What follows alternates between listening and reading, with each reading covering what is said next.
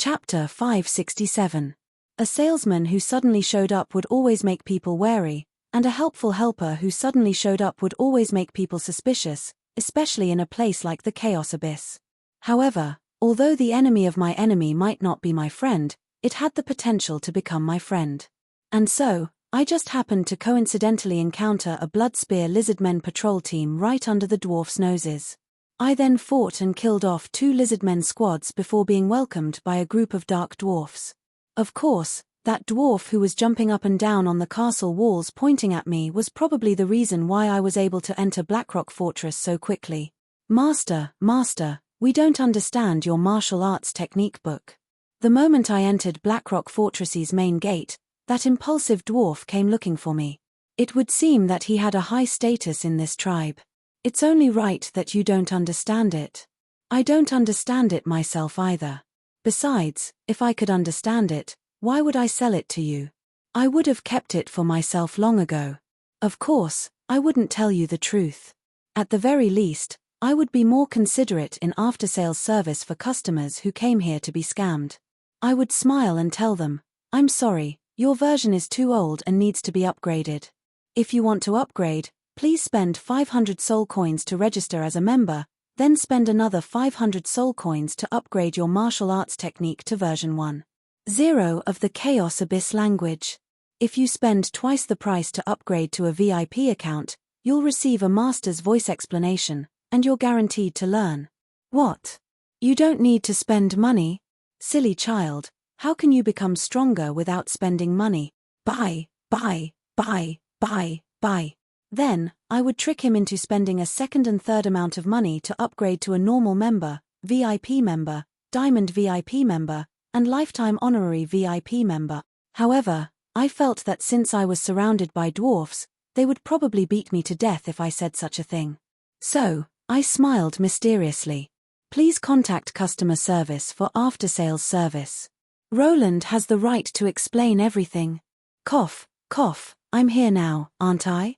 How can you learn such a high-level martial arts technique just by reading books? Since you're willing to spend money, of course I'm here to teach you. At that moment, the dwarf's eyes filled with hot tears. Good person, there are actually good people in the Chaos Abyss. Father, I wasn't fooled this time. You're wrong, there are still good people in this world. The young dwarf turned around with hot tears in his eyes. The black-haired, long-bearded dwarf he referred to as his father seemed to be the leader of this group. Alright, there are too many bad points. Let me go through them first. It seemed that the dwarf prince had been criticized for bringing back a martial arts manual that no one could understand. It seemed that this wasn't the first time he had been tricked. Noble status, innocent, easy to fool, and so, the way I looked at him changed. Earlier, I had thought that he was an easy customer to fool, but now, I was looking at a fat sheep. Judging from the other dark dwarfs' vigilant gazes, even among the dark dwarfs, there were very few natural fat sheep like her. And so, I stretched out my arms again and pushed up another ball of light. Paladin, a saint knight. How can there be a living holy knight in the abyss? I have to say, the holy knight's image of a sucker is quite good. When the holy light shines down, I notice that the dwarfs have clearly relaxed their guard. Do you think that just because you're a holy knight, you won't cheat? He was really young. That's right, a holy knight wouldn't normally cheat others, but if he really did, well, he wouldn't be cheating anyone, so it didn't matter. It was definitely the god of holy light's mistake when he recruited you as a holy knight. Just how much of the holy knight job class have you done? Just how many unspeakable things have you done as a holy knight? The silly cat's words were unable to shake my will. I was currently doing something serious, not because I'd lost count of how many people I'd cheated. Be more serious. You're lying. Even though I was inwardly commenting, I had a serious expression on my face. Holy light shone on my face, and motes of holy light fell on the ground. I was always accompanied by justice and holiness. We've come to this land of evil in order to carry out a holy mission. That was all I needed to say. Every year, there would be some holy knight with a screw loose who would voluntarily go out to fight against evil. And those who directly rushed into the Chaos Abyss were probably the ones with the worst screw loose. What place is more evil than the Chaos Abyss? We should be sweeping through the chaos abyss and killing all the evil demons and devils. Why are we only waiting for those villains to attack us? We should actively attack them and kill the threat in the cradle. Such a saying was quite popular among the radical Holy Knight. However, 80% of those who actually went out to fight against evil would die in the chaos abyss, 10% would have their wills collapse, and the remaining 10%, no, they wouldn't succeed in fighting against evil. They would transform into demons and become residents of the chaos abyss. As far as I knew, very few holy knights who went to the chaos abyss were able to return. The chaos abyss was filled with evil and would devour everything. Holy knights would receive special treatment from the will of the chaos abyss. They would often die especially pitiful deaths. Would you be able to obtain victory in a single battle? Would you be able to obtain victory in a daily battle? Would you be able to fight against a powerful demon noble? How many demon lords would you be able to escape from? Every living creature here, even the soil itself, was filled with evil. How many could you possibly fight against? If you stopped your determination to fight against evil, that would be the equivalent of betraying your own faith. You would fall into depravity, but with endless evil right before you, how many could you possibly fight against? If you were lucky, you would be able to escape with your life before becoming useless. If you were unlucky, you would have to stay here forever. Of course, there were exceptions to everything. Estrada had once gone to the chaos abyss for a special reason, but he had returned quite smoothly. Adam and I had also gone to several levels of the chaos abyss during our travels back in the day. Our current meeting location was exactly the same as before. Cough, I went off topic. Right now, the dwarfs were looking at me with expressions like yet another holy knight with a screw loose, or I wonder how long he'll be able to live. But with this new skin, the dwarfs were much less vigilant and hostile toward me. Meanwhile, even though the dwarfs were also evil residents of the chaos abyss, the dwarfs seemed to be easier to deal with than the other residents of the chaos abyss. Since both sides had lowered their vigilance and had a need for each other, it would naturally be easier to communicate with each other. I only gave the dwarven leader's son named Moore a few simple pointers on his martial arts, and I obtained the trust of this naive young dwarf, who was over 100 years old. I then casually revealed to him that I intended to go to the deeper chaos abyss to fight against even stronger evils. Moore almost blurted out that he had a teleportation portal to the lower planes. A stable teleportation portal would be a priceless treasure. It was obvious that this was the Blackrock dwarf's top secret. Fortunately, the dwarven guards stopped him.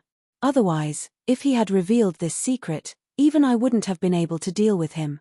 As we chatted, Moore became even more filled with hope and dreams for the mortal plane. He wanted nothing more than to immediately head to the mortal plane for an adventure. This was even more astonishing. Such a naive dark dwarf had actually lived in the chaos abyss for almost 100 years. I could only sigh at the arrangements of fate. As we chatted, I more or less understood the situation between the Blackrock dwarfs and the Bloodspear lizard men. Actually, there wasn't anything new about the situation. Originally, both sides minded their own business, but there were many conflicts and grudges between them. Then, one day, the lizard men suddenly obtained some sort of treasure and suddenly became powerful. They then began to take over territory and capture other species as their vassals and slaves. The dwarfs weren't easy to deal with either. They had a strong army and excellent weapons. Both sides viciously fought several times. The lizard men trained draconic beasts to be cannon fodder, while the dwarfs had limited numbers and couldn't afford to suffer losses. In the end, they could only retreat and defend. Recently, however, the lizard men had become more and more arrogant. They constantly attacked dwarven merchant groups and pedestrians. Merchants who wanted to purchase dwarven weapons didn't even dare to come to the dwarfs' territory anymore. There was also a problem with the dwarfs' food supply. Judging from how easily the dwarfs told me what they wanted to do, they also intended to drag me down with them. If an impulsive young holy knight heard that there were such evil creatures here, he would immediately take his sword and charge at them. Although this would be quite fitting for my current personality, but it's a pity that I now have an even more divine mission. The great holy light will guide me to complete my own trial, and my holy sword was also destroyed in battle. I'm currently searching for a new holy sword, I had a perfectly timed expression of regret as I expressed my desire for battle. Actually, what I said just now was all nonsense. What was a divine mission? For a holy knight, wouldn't every day count as a trial? As for my holy sword being destroyed, I didn't mention the time. How many holy swords had I already broken in battle? However, my words were altered by my expression. In the eyes of Moore and the others, my holy knight's expression was filled with hesitation and guilt. That was because he was carrying a god's mission, and he regretted not being able to fight against the evil creatures before him. My words also faintly revealed that I had a powerful strength that allowed me to look down on the lizard men. I also unintentionally revealed that I needed a convenient holy sword. All right then, I wasn't afraid of you being determined to leave. I was afraid that you had no desires. Do you want a weapon? Don't you know where you are? This is the Dark Dwarf's castle. Everyone would think of blacksmiths when mentioning the Dark Dwarfs. However, not only were they skilled at digging holes, they were also excellent miners. The Dark Dwarfs were incredibly wealthy as they possessed dimensional portals, especially when it came to magical ores. They had thousands of years of accumulated magical ores. Right now, I was going to create a batch of magic swords, but I was currently lacking materials.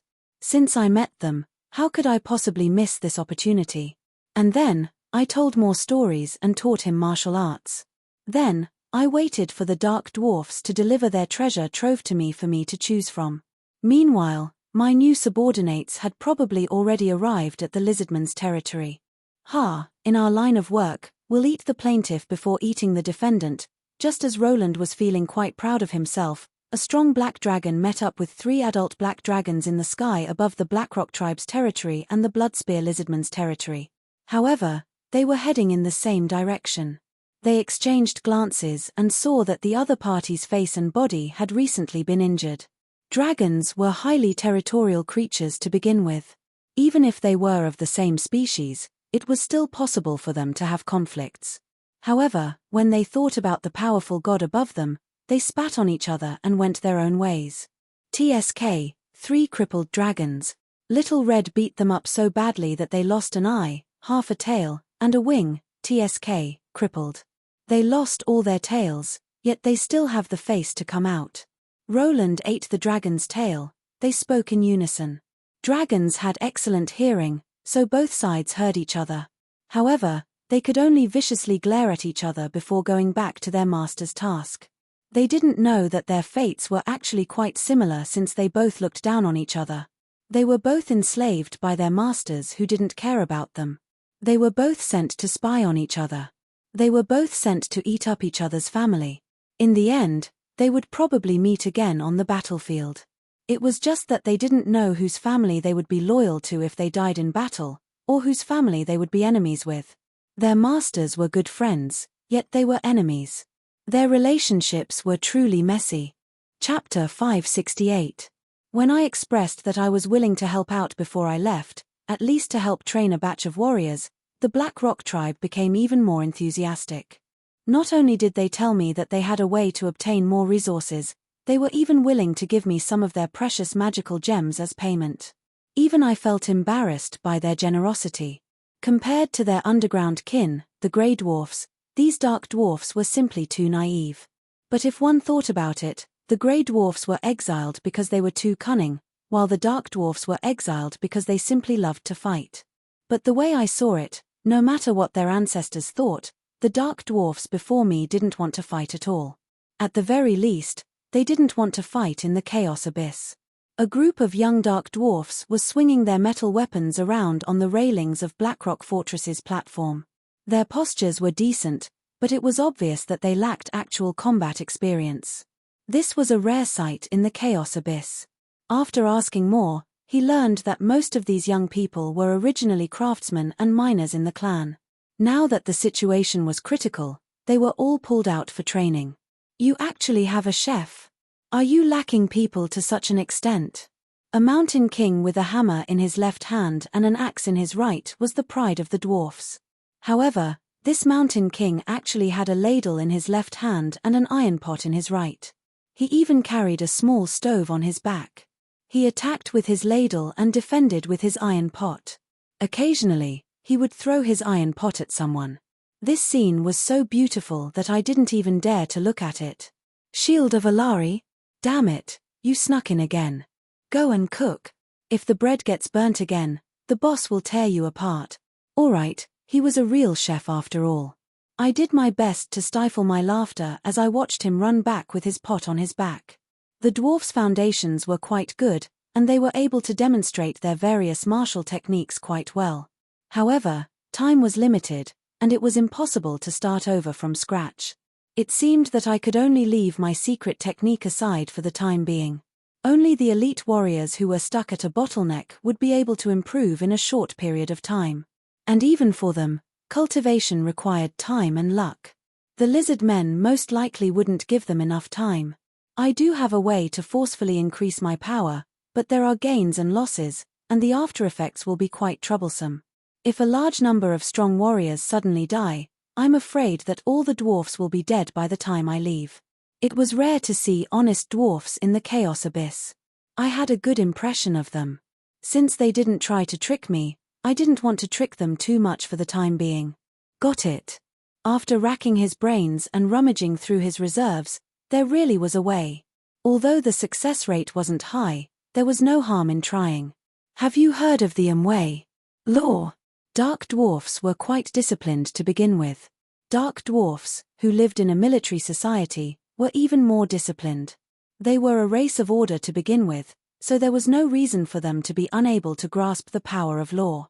Spreading law in the Chaos Abyss. Spreading the power of order in the land of chaos. Are you sure? Let's give it a try. There's no loss anyway. Surprisingly, the experiment was actually quite successful. For the dark dwarfs, who were used to obeying their superiors in a military society, the law was nothing more than another military rule. I only spent around 20 minutes to successfully have Moore come into contact with the power of law, making him a reserve justice knight. This should have been a good thing, but it left me deep in thought. Although the establishment of the Hades allowed the power of law to break away from the jurisdiction of the origin of order, the nature of a type of power of order wouldn't change so quickly. The power of law was still the power of order, and this was the Chaos Abyss, the place where the power of order was the weakest. Any new user of the power of order would first have to summon their own power of order, and this would usually require a long period of failure. However, Moore actually succeeded on his third try. It would have been fine if it had been a powerful holy light, as its faith had already spread to countless dimensions.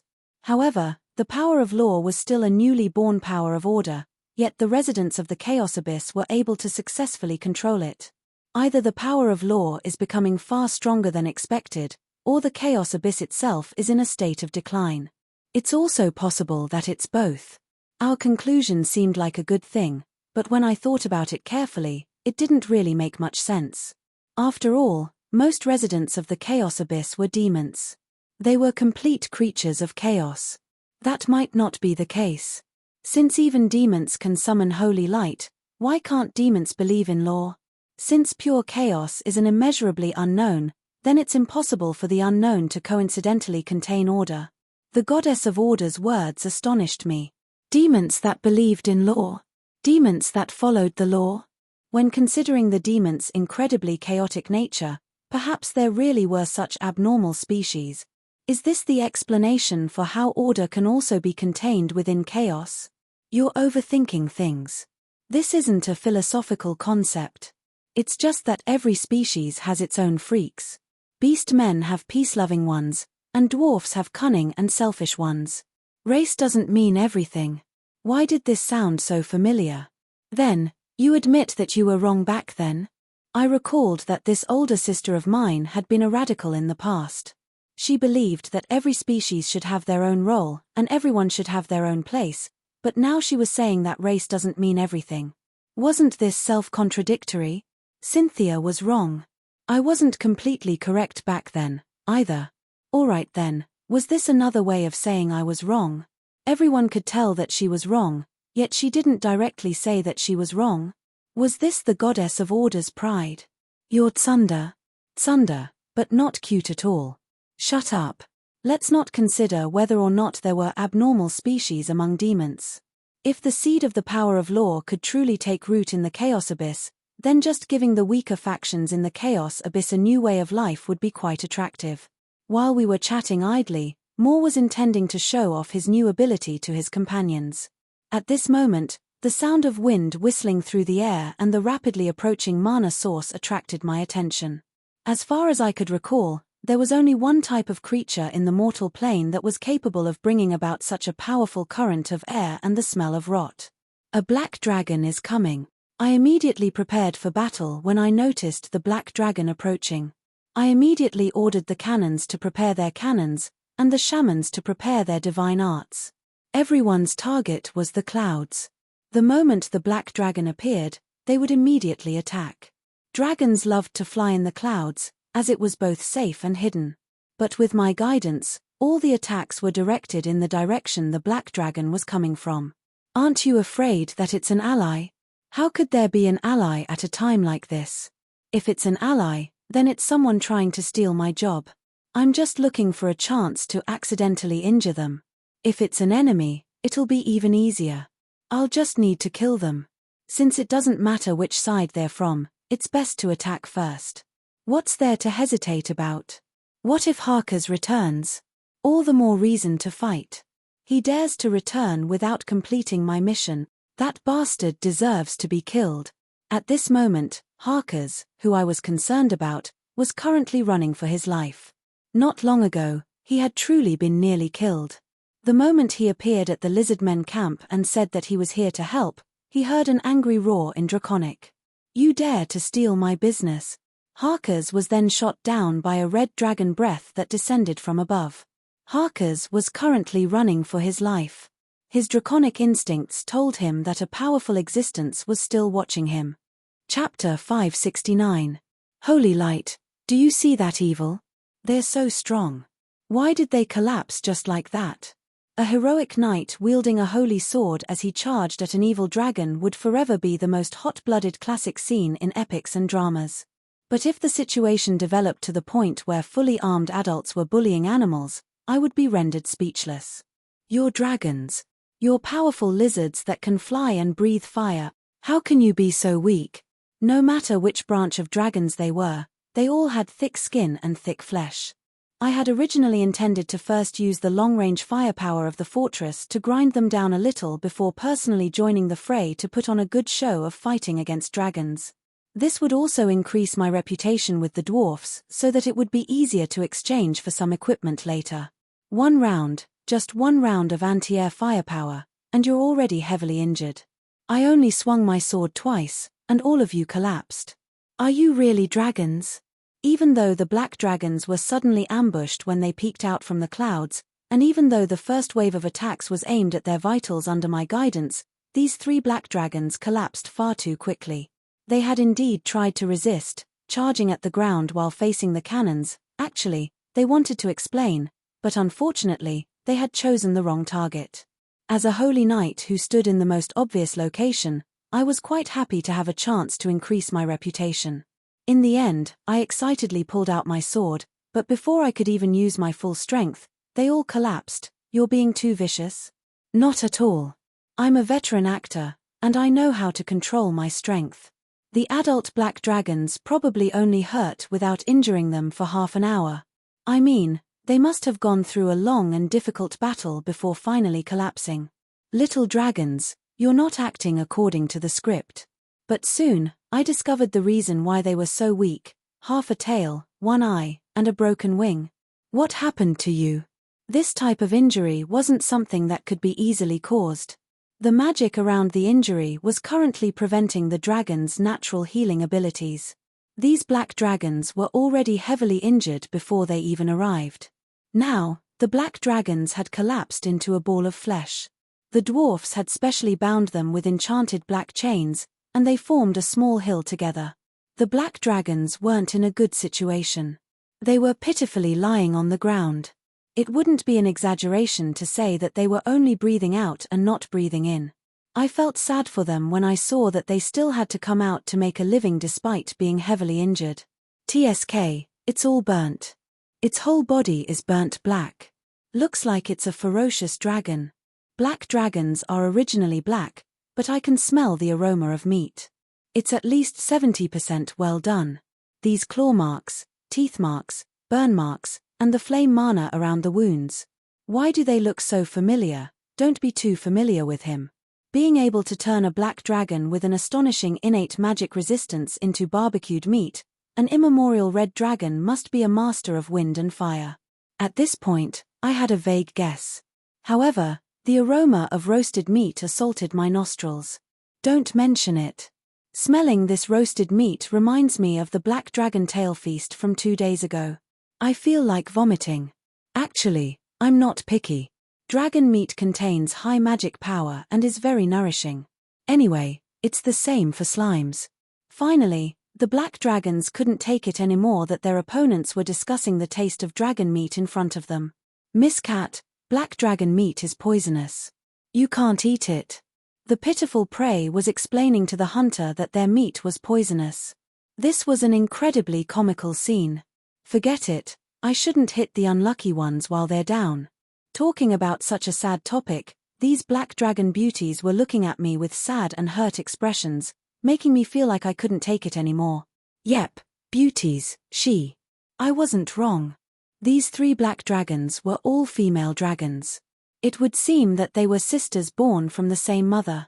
Perhaps outsiders wouldn't be able to tell the age and gender of dragons, but I had fought with dragons for half my life, so I could easily tell the strength of a dragon's bloodline through their magical senses. This was especially true for black and red dragons, who were common residents of the underground. I really didn't have the habit of dissecting dragons. Those rumors about me being a midnight dragonslayer master were nothing more than rumors meant to slander me. What? Why couldn't I tell dragons apart from their appearances? I was overthinking things. Humans and chimpanzees were still relatively new. Was there anyone who could tell a chimpanzee's appearance and gender from their appearances? Compared to Harkers, who was already more than 200 years old, these young black dragons had probably just left their nests and obtained the freedom to hunt on their own. Their mana was pitifully low.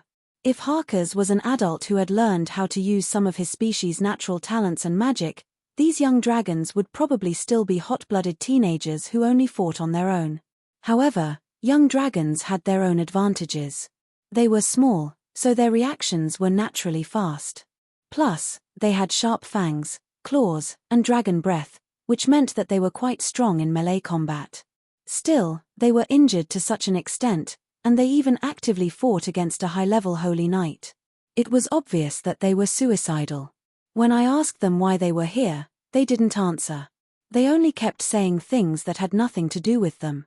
It was obvious that they were nothing more than lackeys who couldn't make decisions for themselves. Even if they didn't say anything, I could guess what their goal was. But since they had already been defeated and captured, saying that they were here to help would be no different from finding an excuse to surrender without any backbone. Save me, boss. There's someone even more vicious outside.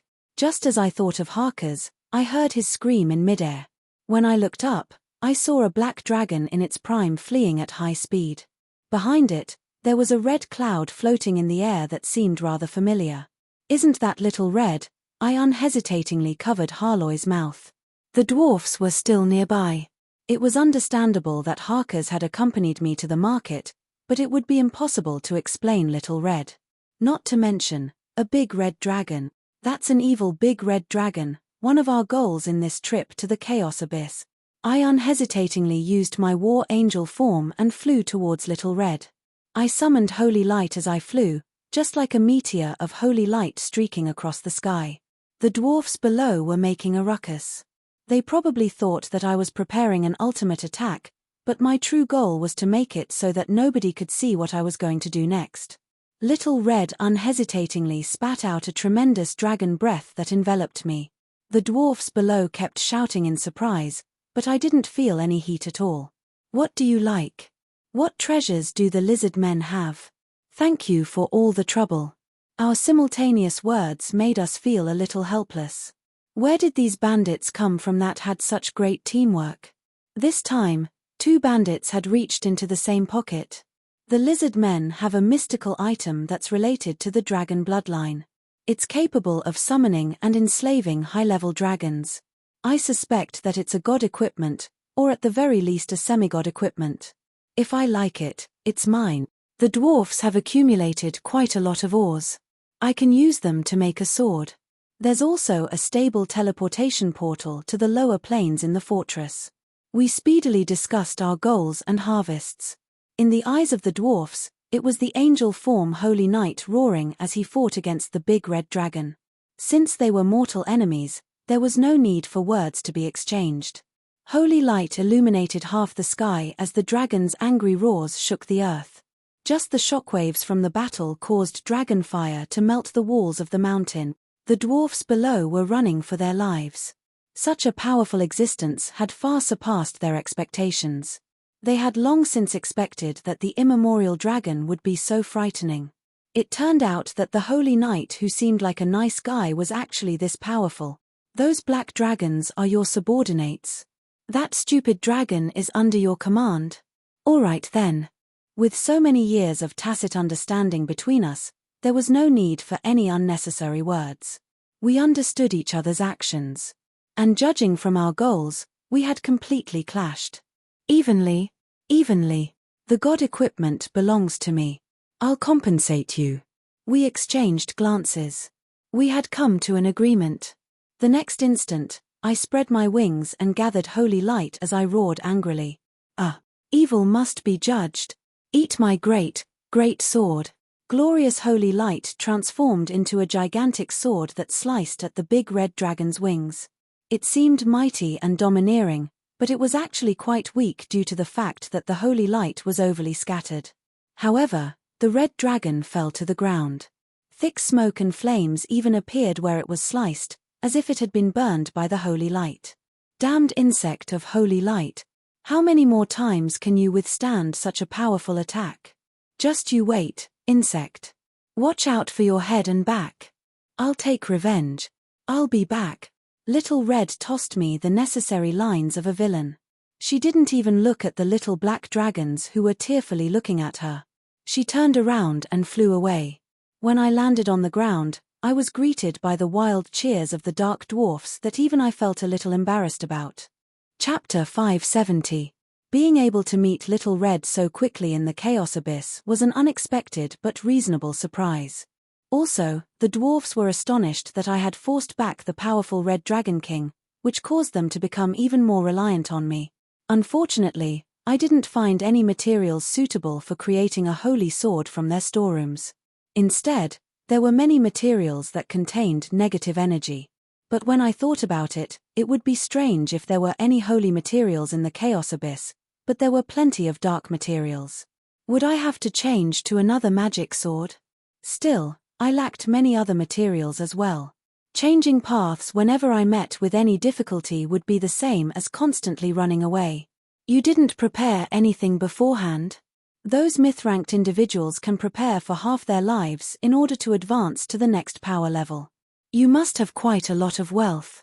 I obtained quite a lot of gold and silver back in the day, but they weren't of much use.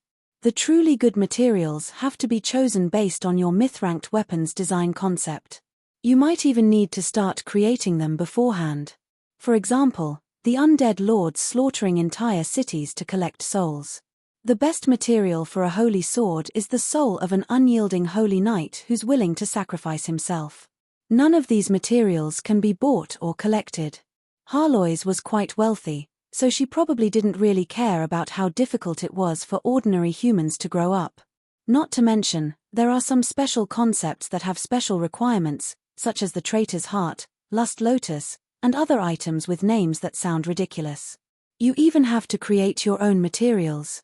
If it weren't for the fact that Adam is undying and has such a high requirement for the concept of fire, we wouldn't have needed to fight against the Phoenix back in the day. That was the most difficult battle I can remember. I paused for a moment. If it had been for any other reason, it would have been possible, but the most unfortunate part is that I learned too many things. Harlois suddenly understood. Perhaps this was the key. Although holy light, ice, and death weren't unpopular concepts, Roland's time and energy were both limited. It would be impossible for him to collect enough high-quality myth-ranked materials. Others would spend their entire lives walking down a single path. Naturally, they would spend all their efforts on that path, so they would definitely have many resources. Roland, on the other hand, had walked down 4 paths. While his progress was fast, his accumulations were far too shallow, making it impossible for him to keep up with his power level. Now, he finally reached a bottleneck. How did you manage to solve it back in the day? Me. The greatest advantage of necromancers was that as long as they wanted corpses, they wouldn't lack materials. The 7 original sins are my myth-ranked weapons. My soul's original desires are the concepts themselves.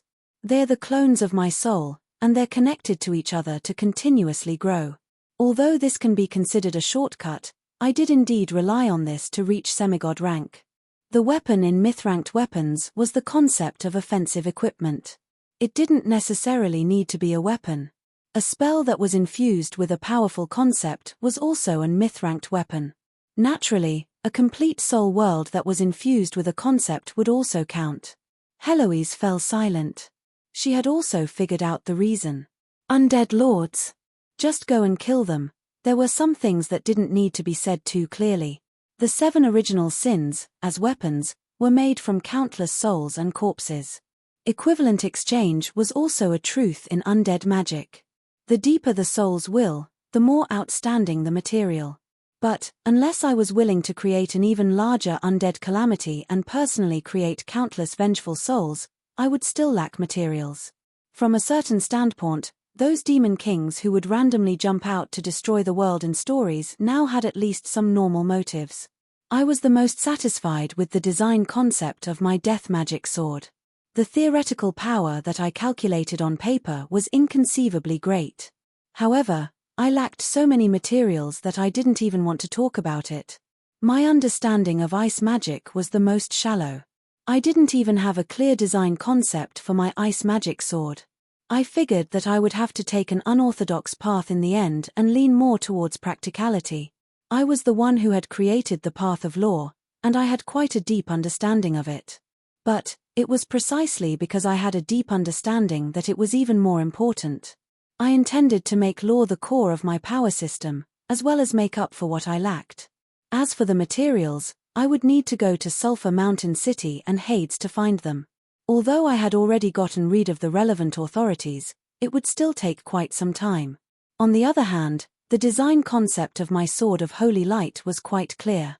No matter if it was in terms of theory or the materials that I lacked, it was the most complete of all. The Sword of Holy Light isn't a purely offensive magic sword. If it's designed as a purely offensive magic sword, that would be a waste of Holy Light's support, healing, protection, and purification abilities. That's why I intend to make it into a magic sword with multiple abilities. Then, what are the requirements for the materials? As the foundational materials, the more holy materials, the better. However, there are 2 core areas in my design that require some special materials. I thought about the design concept again before I finally said it out loud. The light of salvation has the ability to spread far and wide. If I can use it to constantly radiate the light of salvation like a lighthouse, I'll be able to greatly weaken all undead and demons within a certain area. In order to realize this design, I need a material that has the concept of spreading and spreading light. For example, the everlasting lamp, the eternal light crystal, and other trinkets. Such items existed in the mortal plane. However, their lack of offensive abilities also meant that they were lacking in practicality. They were all holy items of the God of Holy Light that were placed in churches as decorations. At most, they would give off light and heat to brainwash believers. That would be far too wasteful. This material's properties weren't particularly strong, but it was in line with my design concept. It was absolutely necessary. And that was how troublesome it was to create a myth-ranked weapon. You didn't need an especially powerful property or power. You just needed a property that was especially suitable for you. Luck was more important than anything else. To be honest, if it wasn't for the fact that I had a special comrade-in-arms relationship with the Holy Church, and that they were all staring at me, I would have already gone to their door and robbed them. If I really couldn't find a suitable material for the light of salvation, a masked bandit was also an option. I was saying this out loud because I hoped that the experienced and knowledgeable Harlois would be able to give me a reference. However, after several seconds, Harlois shook her head regretfully as she had a contemplative expression. She didn't have any memories of such a god equipment or treasure. I sighed. Although this was to be expected, it was still rather regrettable. I knew that even if the Elven Empire really had such an item, it would have only been used as a plaything or sacrificial item. It was highly unlikely that Harlois would know about it. What's the second concept? If the first is to disperse light, then the second is naturally to concentrate light. This sword of holy light was still a sword. Since it was a sword, it would be impossible for it to not have a sharp blade. It would obviously be foolish to waste holy light's powerful attack power against the undead and demons. Pure and highly concentrated holy light that could be condensed into physical holy light was the other half of my holy light blade. Concentrate and disperse, converge and radiate. Are these two completely opposite concepts? But they both belong to the category of light, so it should be possible to combine them. It's an excellent idea. It also has the ability to weaken enemies in a large area and attack enemies. It's quite practical as well. Harlois confirmed my design concept. I was becoming more and more confident. However, we still didn't know what materials we needed. Not only that, this sword of holy light was the most complete out of all my magic swords. I didn't have any confidence at all when I thought about how this sword of holy light might need to search for the most ancient demon. It would seem that I'll have to rob the holy church when I return to the surface. This was no joking matter. Considering how the god of holy light had monopolized the concept of light, even if there were natural products of holy light in the mortal plane, the god of holy light would likely have kept them. Actually, the god of holy light wasn't the first god of light. My system interrupted my thoughts. She wasn't the type of person who liked to give me background information. Before the god of holy light, the first generation god, the ancient sun god, and the second generation god, the god of natural harmony, both had divine concepts related to light. I paused in surprise for a moment upon hearing this, but then came to a sudden realization. There was no need for me to focus on the god of holy light. Since the light of salvation was a mutated form of holy light, I needed to use the characteristics of light. It was entirely possible for me to find a divine concept that was related to light rather than holy light. Meanwhile, the god equipment of the ancient gods, or their myth-ranked weapons, would likely meet my requirements. Then where are they? Since the god of holy light has ascended to power, where else can the deposed god of holy light go? The sun god Aloyo resides in the 372nd level of the Chaos Abyss, while the god of natural harmony resides in seclusion in the 16th level. Aloyo was once a main god. Chapter 571. The 16th level? The 372nd level? As the saying went, having an elder at home was like having a treasure. Ahum, I meant that I was more experienced and knew more. Astria's guidance saved me a lot of trouble. Now, we had at least two directions to go. Should I go up or down? That's such a difficult question to decide. The number of levels in the Chaos Abyss didn't represent the level of threat. However, apart from the first 3 levels, the first several dozen levels were indeed much safer than the levels after that. Why was the 3rd level an exception? That was because the first level was an interface between all the other dimensions. It was directly connected to the Devil's Old Hell. There were as many teleportation portals there as there were hairs on a cow's back. The first level was also the main battlefield between the upper and lower planes. There were many powerful existences there, and high-level devils and demon nobles wouldn't be easy to deal with. If you were unlucky enough to meet a devil general or demon lord patrolling the battlefield, you would undoubtedly die. And even if you met a power from the heavens, a high-level angel might find you an eyesore, or if you had a part of your body that was corrupted by hell, demonification, or darkness, and they would still purify you. And this battlefield was connected to the first 3 levels of the Chaos Abyss. That was why the first 3 levels of the Chaos Abyss were known as the Eternal Bloody Battlefields. Even though the first 3 levels had the most teleportation portals, only noobs and madmen would directly go to the first level. The 16th level wasn't too far away from the first 3 levels. If the first 3 levels were the main battlefield, then the 16th level would act as a buffer zone and stronghold. It wouldn't be difficult for powerful existences to teleport to the rear, and I would still be able to see Chaos Abyss creatures fighting against creatures from the upper planes. It would be fine if I was lucky, but it would be the same if I was unlucky. In my current state, I was most afraid of meeting Order main gods rather than demon lords. If the Chaos main gods didn't like me, they would kill me. And if I met a higher-up from the Holy Light faction, it was likely that news would spread and several main gods would come to the Chaos Abyss to hunt me down. This was no longer the mortal plane where I could only use my incarnations. Even I would be tempted by such an excellent opportunity to ambush me. Now that I thought about it, it became even more dangerous. There were spies from all sides in the first few dozen levels. I couldn't even remember how many powerful existences I had offended. There were Order main gods, Chaos main gods, and even neutral main gods. It was highly likely that a few powerful main gods would bring a large group of powerful gods to hunt me down.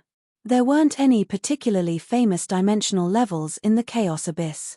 The less famous dimensional levels were either relatively safe, dangerous to the point that no one would be able to leave, or that no one would be able to survive after encountering danger. For this, it would be enough to collect the relevant information. Then, it would seem that only the Chaos faction would need to be on guard against when entering the Chaos Abyss. Moreover, Sun God Aloyo used to be a main god, and a main god was a great figure in the past. Even if he was no longer a main god, he would definitely have good stuff in his hands. And a god who was no longer a main god meant that he was at the lowest point of his life. Aloyo wasn't kicked out of power. He still has the divine title of the God of War, and he was very good at fighting back in the day. You'd better not try to fight him head-on, or he'll teach you a lesson. Is he the God of faith or the primordial God? Both. Alright then, I unhesitatingly gave up on trying to fight him head-on. I had never heard of Aloyo before, but considering that his divine concepts included sun and light, it would only be natural that all traces of Aloyo in the mortal world had been erased since the God of Holy Light had ascended to power. Humans were born with a natural tendency to worship light, sun, and fire. When this worship transformed into faith, it was easy to imagine just how powerful Aloyo was back in the day. Now that the God of Holy Light was the only incarnation of light, how could he possibly allow a second God of Holy Light to exist? From a certain standpoint, the internal competition among the Order gods was even crueler than the Chaos evil gods. The Chaos evil gods were free to roam without anyone's control. If they did well, they would be rewarded by the Chaos Abyss. If they didn't, they would be left to their own devices. Meanwhile, every Order god had incredibly tight internal connections. This was just like how a tightly organized company would have a chairman, a secretary, and employees. Every position would have its own benefits. If you became a god, you would receive divine concepts, the power of faith, a divine kingdom, an angel army, and many more benefits. But if you became a god, you would naturally lose everything. The reason why the Order God of Holy Light was cruel was because no one could forever stand at the peak. If some people rose, others would naturally fall. The Holy War, the decline of the Guardian species, the change in belief, the divine wars, and so on. The Order true gods changed over and over again. After a true god of pure faith lost their divine seat, their remaining divine power would no longer be able to maintain their existence. The more powerful their belief, the more intense the backlash would be if they lost their believers. They would either have to be ruthless enough to give up everything and start over again, or they would fall into an eternal slumber. Very few gods would be able to wake up from this eternal slumber. If they wanted to start over again, they would likely have to start from the cycle of reincarnation. As for the original gods who had relied on their own power to ascend to power, they would also be greatly weakened after losing their divine concepts. However, they had a strong foundation, and it was still possible for them to survive after losing their divine concepts. Not only that, they still had the knowledge and accumulations needed to return to the peak. It was just that the new gods who had used them to ascend naturally wouldn't give them a chance to make a comeback. Perhaps escaping to the Chaos Abyss and living in seclusion would be the best choice. That was because the Order faction had the weakest power in the Chaos Abyss. This was also the safest place for the original gods. Is he easy to deal with? He's also a war god. This was a classic and simple answer. War gods already had divine concepts of war and were worshipped by warmongers. How could a war god possibly have a good temper? Still, this was to be expected. Compared to aimlessly searching for Cynthia, this was far better. With Astria's guidance, I was able to save a lot of time, which I lacked the most. That's right, time. That day when Cavendish took Cynthia away from the Hades and entered the endless void, I had already sensed that something was wrong. If he really wanted to kill Cynthia, wouldn't it have been better if he had killed her on the spot? Why had he taken her away? And now, Astria had confirmed that Cynthia hadn't died yet. The situation in the Chaos Abyss was also off. I didn't know what Cavendish was doing, but it definitely couldn't be anything good. If we had won the Battle of the Hades, then Cavendish would have been the biggest winner since he had obtained his freedom through our plan. There was no meaning in saying such things now. It would have been impossible for me to stop Cavendish back then. No matter what I would meet in the future, swiftly becoming stronger would be the best choice. For me, rather than lamenting that I wasn't strong enough or that my opponents were ridiculously strong, it would be better to make preparations beforehand and strengthen myself to the limit. That way, I would be able to calmly face any opponent I met. Another use of Astria's information was probably to make me decide to head out as soon as possible. Since I already had a goal, wasting time here would be pointless. I need to deal with the lizard men as soon as possible, although the strong preyed on the weak in the Chaos Abyss every day, with countless tribes like the Black Lava tribe being eliminated every month. It would be far too cruel of me to just ignore the lizard men since I had met them and accepted their kindness. Come, young man. I can see that your bones are amazing and that you're incredibly talented.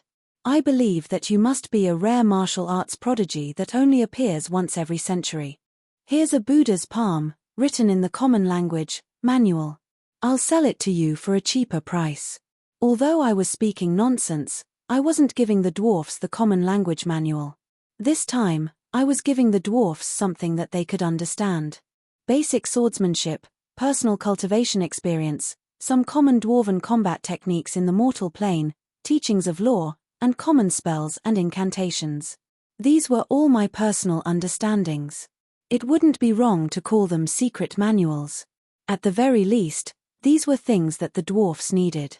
If the dwarfs could survive this calamity, perhaps they would have a place in the Chaos Abyss. But it would be better to forget about challenging a demon lord with just this. Since I saw something I liked, I might as well help it out. As for the lizard men, rather than trying to convince Little Red to give up on the lizard men and leave, it'll be easier to help her obtain the lizard men first. After all, once I deal with the lizard men, the dwarfs won't be able to escape, nor will they dare to renege on their debt. Let's go. You guys, don't even think about running away. I just happen to need some cannon fodder. It'll be troublesome to keep you here. The black dragons still intended to play dead, so I decided to take all of them with me. I shall head out to challenge evil. I vow not to return until evil is eradicated. Of course I wouldn't return. Why would I return if I couldn't defeat the dwarfs and receive my reward? If I won, I would come back to receive my reward. If I lost, I would simply run away. I summoned holy light, made a pose, and showed off my background, and the dwarfs were all so grateful. Right, help me prepare lunch and dinner for 3 days. I'll pack them up and take them with me. I've had enough of the stinky meat of magical beasts. What are you looking at? Doesn't justice need to eat? I then turned around and ordered my heroic chef. That guy actually brought a pot and a ladle with him, intending to follow me into battle. Chapter 572. For Ein Meses, life in the Chaos Abyss was actually quite good. There were people serving her every day, which wasn't much for a supreme immemorial dragon like her. But compared to the boring daily routine in the mortal plane, there would be surprises every day in the Chaos Abyss. As a matter of fact, the lizard men came again early in the morning and danced a bunch of messy hula dances in front of him. They couldn't help but shout "Great Dragon, Great Ancestor, protect us" and so on in the wrinkled dragon language. The one leading the shouting was an Inferno kobold shaman. Although this creature knew the draconic language, it was limited by the structure of its tongue, so it wasn't very good. The lizardman's accent had the gloomy and tongue-like sounds of cold-blooded animals, which made it even more difficult to imitate. It had to be said that the strange draconic rapping, coupled with the lizard men, ogres, and kobolds dancing a messy grass skirt ritual dance, was quite an amusing farce. Every day at dawn, Little Red would be able to enjoy such a strange comical performance, and she would always clap her hands in delight. For the lizard men, being able to use a holy artifact to summon an immemorial red dragon was both a great surprise and a great fear. When the current generation's great shaman Mo discovered that the blood-red heartstone that had been passed down from generation to generation could actually be used to summon dragons, it was already an unexpected surprise for the entire lizardmen tribe. Together with the lizardmen's psychic witchcraft and beast-taming secret techniques, the lizardmen tribe's power increased explosively. However, this holy artifact actually managed to summon an immemorial red dragon just a few days ago. This was a great surprise to the lizardmen, to the point where they couldn't take it anymore. Evil dragons all had large appetites. It was precisely because of their powerful predatory instincts that they were able to become demon lords. A single territory wouldn't be able to support more than one dragon, even if it was a male and a female dragon. By the way, it was common for dragons to be stronger than male dragons. That was why it was quite normal for a male dragon to kick out a male dragon for the sake of mating. Since Dragon City was a gathering place for dragons, there would definitely be a large number of vassal species serving them. At the very least, the dragons wouldn't have to personally hunt for food. Even Little Red, who lived in Sulphur Mountain City, still had dozens of manticores and demon vultures under her command. The entire back mountain was her hunting ground. Alright then, after saying so much, I just wanted to prove one thing: Little Red's appetite was truly frightening. So what if he ate a lamb for a meal? Others ate a cow in one mouthful. This time, Little Red wasn't a volunteer soldier who brought her own rations. She didn't have any intention of saving up for her employer. Since she had hired a dragon, she should at least make sure that she was full. It wasn't easy to hunt in the Chaos Abyss, but this evil dragon was very picky about its food.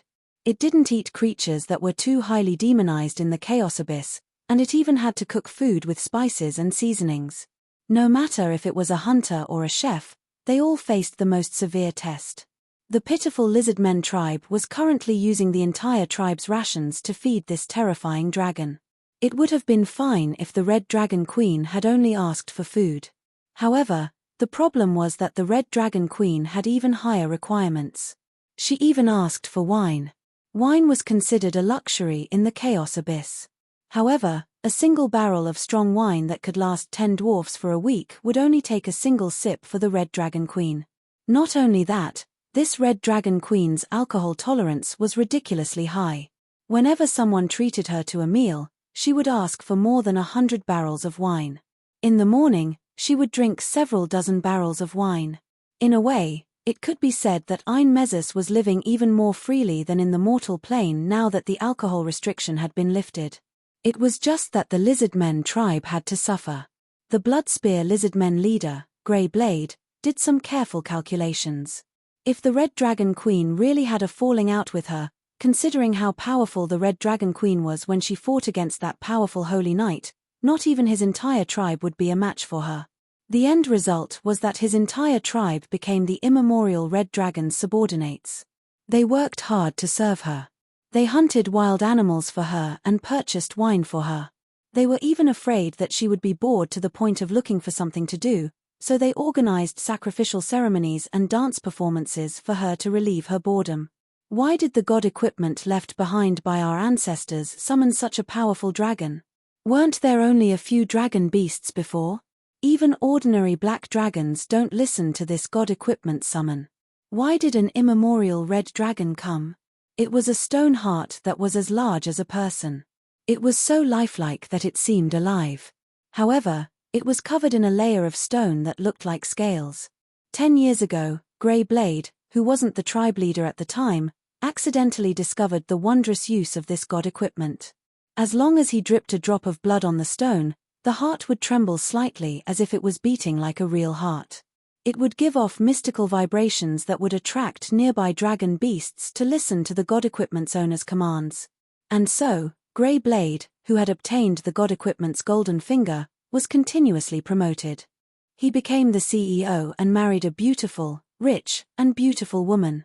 I mean, he killed the previous tribe leader, married the previous tribe leader's second wife, and became the new tribe leader. It would seem that the lizardmen's relationships were quite chaotic as well. But soon, Grey Blade discovered the limitations of this god equipment.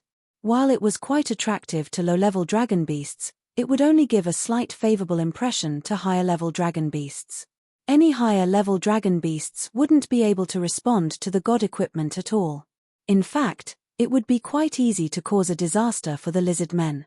Fortunately, or perhaps unfortunately, no matter how much blood was poured on the heart, the dragons wouldn't even look at it. In fact, the blood would even make the dragons feel uncomfortable and have the effect of driving them away. And now, this god equipment actually summoned an immemorial red dragon, and an incredibly friendly red dragon queen at that. This was the same as casually spending $2 to win a grand prize of 30 million. Happiness came so quickly that it was almost unbelievable. I am the tribe leader chosen by the heavens. I shall rule over this entire dimension. Back then, Grey Blade had been so high-spirited and ambitious. But now, Grey Blade was quite confused as he stood in front of the altar. Back then, he had been overjoyed when he saw Einmesus and his ambition to rule over the entire dimension. Now, he was filled with endless regret. It wasn't necessarily a good thing to summon such a strong fighter. Tribe leader, if we continue like this, our winter food, I got it. Let them continue purchasing it. If it's not enough, then go steal some more from the mushroom men. Right, purchase some more magical meat. That dragon doesn't want to eat it, so we can keep it for winter. Tribe leader, we don't have enough alcohol again. Go buy some at the Onibaba market. Do we have any more soul coins in the storeroom? Tribe leader, the red dragon thinks that our dancing ogres are too ugly. She thinks that the old shaman's singing is terrible. Go to the Onibaba market and buy some pretty slaves. Elves are the best. The hunting team should go look for some as well. What are you all standing around for? Go look for some. Tribe leader, speak. Grey Blade was so angry that he was on the verge of exploding. But when he thought about the red dragon's sharp fingernails that were even larger than his own and the red dragon's terrible reputation, he could only endure it. The red dragon said that she wants to eat a barbecued death ball for lunch. Also, she thinks that it's too noisy and wants someone to sing her lullaby. Right, she thinks that living on the mountain is too simple and crude. She wants to know when her dragon cave will be finished. At this moment, Grey Blade really wanted to throw down his throne as the tribe leader. What was a death ball? It was a legend-ranked creature that would kill anyone it glared at. An immemorial red dragon could be considered a delicacy, but could lizard men hunt it? Dragon cave? An immemorial red dragon's dragon cave? Even selling off the Bloodspear tribe probably wouldn't be enough. Lullaby? That seemed possible. Grey Blade shook his head. It would be better if fewer people knew about this embarrassing matter. Gritting his teeth, he decided to get up and personally sing a lullaby to the red dragon. Tribe leader? What now? Can't you all make your own decisions? Finally, Grey Blade exploded. But then, he noticed that the lizard man had a terrified expression as he pointed at something not far away. That super strong holy knight from the other day is coming. Chapter 573. I yawned as I looked at the hundreds of lizard men surrounding me. I couldn't even muster up the energy to do so. Little Red, your mom's calling you home for dinner. And so, I propped myself up and shouted out some strange words. With the amplification spell, my voice echoed throughout the entire valley. Go home for dinner. Go home for dinner. Although it sounded ridiculous, I knew that Little Red could understand me. I directly called her by her nickname and called her home for dinner. I told her that I was tired of her and that she should hurry up and deal with her problems so that we could continue on our way. Damned holy knight. You actually dare to humiliate us while we're in a weakened state. My servants, I need power. God equipment. Hurry, hurry, give me the god equipment of dragons. Not only did she understand me, she even took advantage of the opportunity to force the lizard men to hand over the god equipment. An earth-shattering dragon roar reverberated throughout the world. It sounded quite majestic, but if one thought about the content of the roar, it was obvious that she was trying to take advantage of the lizardman's misfortune. It seems that I'll have to cooperate with her for one last time. I yawned again as I glanced at the cowering lizardmen guards beside me. Then, I raised my battle hammer and began summoning a wave-like wave of holy light. Evil. Your end has arrived. Despicable lizardmen, let me cleanse your sins. The judgment of the Hades awaits you. Evil dragon, you'll be next. The holy light shall prevail. A powerful pillar of light with a frightening aura pierced through the clouds, dyeing even the clouds in the color of holy light. My power level had increased once again from saint to myth rank. My double diamond bloodline and physical body contained a powerful soul. The soul represented the ability to excavate the essence and level of one's power. Plus, I had a powerful bloodline and physical body that could withstand power. The current me was far stronger than a mullo. Cough, cough, I meant that I was far stronger than Emperor Yunye from back in the day. Even if Emperor Yunye from back in the day appeared in front of me, I was confident that I could defeat him one-on-one. It'd be strange if an undead mage didn't bring his underlings to fight you one-on-one, the silly cat decisively retorted, but she also reminded me of her existence. And so, I picked her up, tossed her out, and loudly shouted her lines. Come out, Angel Beast. Angel Beast Super Evolution. Holy Angel Beast. And so, the cat ball kept changing shape as it rolled in the air. In a flash of blinding holy light, a divine angel beast wearing shameful clothes appeared. Forced transformation was really useful. Heloise is really useful. Roland. Just you wait. Through our soul connection, I completely ignored her hysterical roars. There were plenty of high-level holy knights who were capable of summoning angel incarnations. However, this would typically require a contract with the corresponding angel. When considering my relationship with the holy light, I would rather just quietly be a solitary handsome knight. If you really wanted to be a holy angel beast, then I could just do it myself and transform into a holy angel beast. The angel beast's appearance was quite nice. It was a classic design with the angel beast as the template and the image of a female angel in my memory. It was quite pleasing to the eye. As for the extra fluffy cat ears, would anyone believe me if I said it wasn't my personal hobby? Glaring at me. If you stare at me again, I'll turn you into a Tyrannosaurus mecha next time. Even though she angrily glared at me, Heloise still completed the task that I gave her. Well, it wouldn't be wrong to say that she completed it. After all, tossing her out to be a target for taunting didn't require any special abilities. Before the Holy Knight even attacked, the Holy Angel he summoned charged over first. When the residents of the Chaos Abyss recalled the legends of these terrifying creatures on the bloody battlefield, they were unable to maintain their calm and instinctively attacked. Arrows, witchcraft, and long swords. In that instant, Heloise received the warmest treatment from the residents of the Chaos Abyss. However, get out of my way. I never expected that Heloise would have such a heroic side to her. She directly ignored the Holy Angel Beast's attacks and transformed into a meteor that flew horizontally. She left a trail of light in the air as she broke through countless obstacles as if she were a barbarian king. Don't be fooled by how I always treated her as a cute cat ball or something. Actually, Harloise was quite useful. Ever since Harloise was still a slime incarnation, her defensive abilities had already been astonishing. Slimes had powerful absorption abilities and were immune to physical damage. She was a magical pet designed to be used as a meat shield. And now that I had reached half-myth rank, this meant that I had removed all of her restrictions. Harloise was now close to her peak strength. Last time, I took a look at her stamina stat. According to my system's calculations, her stamina stat had actually exceeded 50, far surpassing Little Red's. How frightening was this stat? Although she also had zero talent in melee combat, it would be impossible to kill her without some skill. It would seem that I can develop even more new abilities for her in the future. Cat shield, cat helmet, cat straw doll, cat inflatable doll. Let me talk about the straw doll that borrowed arrows from the straw boat. I'm going to fight you to the death. The angel beast flew back and sent a group of people flying again. When it was only 1 foot away from me, I smiled and snapped my fingers. Meow. And then, the furious and vengeful angel beast transformed into a cute pet cat that threw itself at its master. Meow meow meow. What did you do to me? Why can I only meow like a cat? Cough, I definitely didn't upgrade you while you were asleep. It seems that this ability is still working normally. Don't complain. You are now an epic ranked half undead. Who knows how much longer this magical pet contract can restrict you? This is just a necessary safety measure. Meow meow meow meow meow. Roland. You damned bachelor.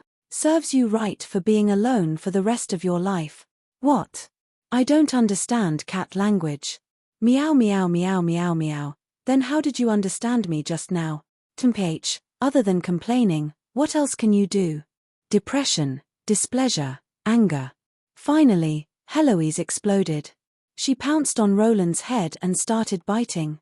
Roland actually instantly put on the +12 enchanted metal helmet. He had actually been holding onto the metal helmet all this while. How shameless, cough, smart. It seemed that he had long prepared for this. Meow meow meow meow. This time, it was really a cat meowing in despair. Or, I should say, a cat crying. Heloise was crying. The Queen of Banshees was actually crying. Roland had done something great again. He had won.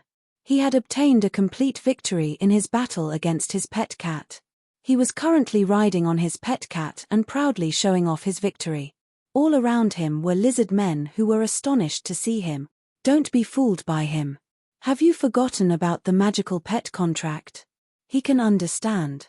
Finally, even the system couldn't bear to watch this cat tease anymore. While Roland was still teasing his pet cat, two unfamiliar visitors arrived at the Serpent God's palace in the same dimension. Judging from how respectful the Serpent God's main body was, these two visitors were both incredibly important figures. Their arrival also meant that Roland's leisure time had come to an end. Roland missed the Devil Lord. I heard that there's news about him here. Chapter 574. Perhaps the world still didn't know about the Battle of the Hades, but it was so widespread and far-reaching that it was destined to be recorded in Asia's history. The rise of a new third faction, the Order faction, was split, and the Chaos faction lost the will of Chaos and several Chaos main gods. Obviously, none of the factions were the winners. However, among all the losers, there was one faction that definitely suffered the greatest losses. That was the Devils. The most ancient Devil Lords had all defected. Half of the 9 Devil Lords had left, along with more than half of the immemorial devils. The devils that had survived for so many years were all elites and core members of the devil hierarchy. It would have been fine if only the foundational and core members had left, but the most ridiculous part was that the high-level combat strength had been greatly reduced. Originally, as the strongest faction in the lower planes, the devils were far less numerous than the demons. However, 3 of their 9 devil lords were main god-level existences, which made the other factions incredibly fearful of them. The Lord of Lies Camilshas, the Lord of Despair Hymer, and the Lord of Tyranny Sarwanstan were all famous sources of evil in all the planes. But now, 2 of them had actually joined the Hades faction, along with 2 other devil lords. The entire devil faction now only had 1 main god-level devil lord, Sarwanstan, and 4 lower-level devil lords. Saying that their overall strength had been halved would be a consolation. What did it mean for 2 of the 3 main gods to have left? Not to mention that Sarwanstan and his faction were the weakest among the devil lords to begin with. It could be said that the high-level combat strength had instantly collapsed. And this was only the first wave. The immemorial devils had left in large numbers. Many well-organized organizations had lost their leaders and core members, becoming nothing more than empty shells. The devil's expertise in scheming and organization had been completely crippled. The devil's overall combat strength was probably less than 20% of what it had been 7 years ago. The lower planes weren't some peaceful and loving place. If a faction suddenly weakened, what awaited them definitely wouldn't be peaceful and loving assistance. Instead, they would be hungry wolves with ill intentions. Even though the devils had reacted as quickly as possible and furiously retracted their defenses. Even though they had the most outstanding organization in all the planes and were extremely obedient, they still suffered tremendous losses in this calamity. Not only that, The primordial devil's betrayal of the entire Chaos faction caused them to instantly lose the protection and blessings of the Chaos Abyss. This was why many places in the old hell collapsed and dimensional cracks appeared. Some of the powerful devils that relied on the blessings of the Chaos Abyss to grow even lost power levels. Demons were not good people. When they realized that their partners had suddenly become so much weaker, several of the demon overgods were tempted. And so, a feast of slaughter began. The hosts were the demons and the chaos evil gods, and the guests they invited even included order battle gods. Both sides tacitly agreed to divide up the devil's territory and resources.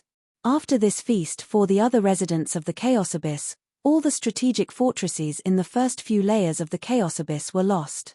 Nearly half of the Chaos Abyss's dimensional portals were seized. All the surviving devils retreated to the old hell.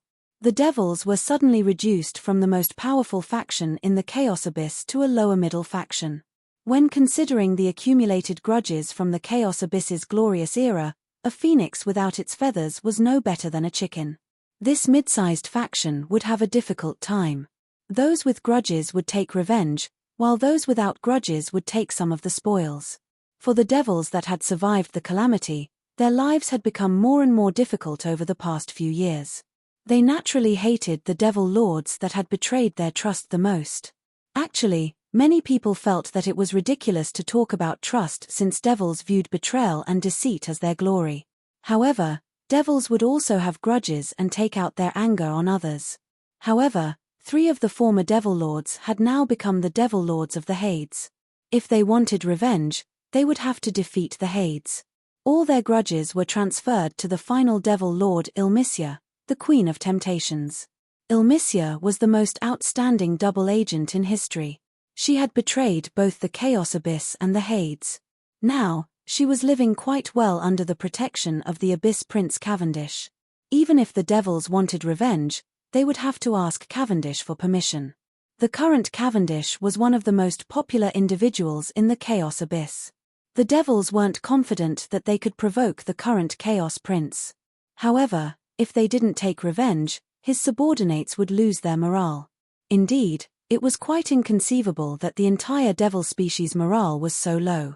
In fact, some devils would often choose to give up on their past accumulations and transform into demons. The entire species was wavering in the wind and rain. They really needed some good news to cheer them up. This time, the devils encountered an opportunity. Cavendish's older brother, Roland, has come to the Chaos Abyss.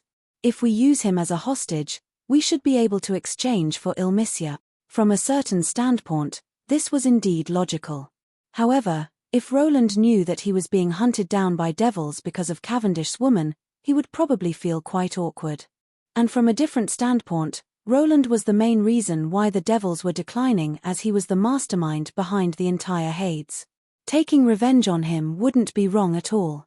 Snake God Voka, we respect your authority over this dimension, but please don't make things too difficult for us. Even if our species isn't in a good situation right now, we still have enough power to interfere with the nearby dimensions. The speaker was a large, one-eyed man. Half of his body was abnormally muscular and was tied up in heavy black chains. The other half of his body was as thin as a dwarf's, but he carried a sawtooth battle axe. He was the devil species Blood War General, the Berserk Slaughter Demon Sailor. As a devil, Sailor wasn't a good one. That was because he didn't know how to lie or betray others. But on the other hand, the reason why he was able to survive for so long in the Devil's Society was because of his pure combat achievements and vicious killing intent. After all, if the commander of an entire army was a sly one, there would be no need to fight. 7 years ago, Sailor had been the overall commander of the Blood War Fortress, a major individual comparable to the ruler of a dimension. But now, not only had he lost his fortress, he had lost his position as the Blood War commander. Even his right leg had been replaced with a metal prosthetic leg. He could be said to be half-crippled. Even so, Sailor still aggressively requested the Snake God's assistance, as if he were the true ruler of this dimension. Snake God Voka's true body was several meters long. Even though he was currently in human form, his icy gaze could still instantly kill any mortal. He looked just like a rattlesnake that was 3 meters tall in human form. His 3-meter-tall body was covered in golden scales. Although he looked rather similar to lizard men, he was definitely not the same species.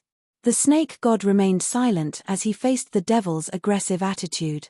He didn't want to help the devils, even though the devils had already made incredibly tempting promises to him. You don't have to think too much. We just need you to help us gather information. Leave the rest to us. Even if that person is so domineering and arrogant. No matter how arrogant that person is, we won't make trouble for you. That's right, Voka wasn't interested in Roland's life or death at all. He was only weighing the rewards he could obtain, as well as the possible risks. The risks of offending Cavendish. The Abyss Prince was now one of the strongest existences in the Chaos Abyss. He was also famous for being willful. He had already killed more than a dozen demon lords. It was obviously not worth it to offend the Abyss Prince for the sake of the devils who were already weak. This is the Devil Lord's will. I am the Devil Lord. I represent the will of all the Devil Lords, including Sarwenstan. And this time, the famous slaughter maniac sailor wasn't even the commander of this expedition. The one who was truly in charge was the cold devil flower under the cloak Lord of Curses Lasnina. Lasnina had previously been the Queen of Temptations Ilmisia's close friend and lover. But now, she had personally injured the beautiful goddess of vengeance. Lasnina's appearance meant that the devils were coming out in full force. They were willing to pay any price to capture Roland. Unfortunately, Voka refused to budge. It was obvious that the devils weren't willing to give him enough bargaining chips. He wouldn't act until he saw what he wanted. If the devils were searching for Roland in the mortal plane themselves, even if Voka didn't interfere, the devils would only be able to find a needle in a haystack since they didn't have enough manpower. Suddenly, snake god Voka stopped. His snake head actually revealed an astonished expression. My priest is praying for my power. A human holy knight from the Chaos Abyss.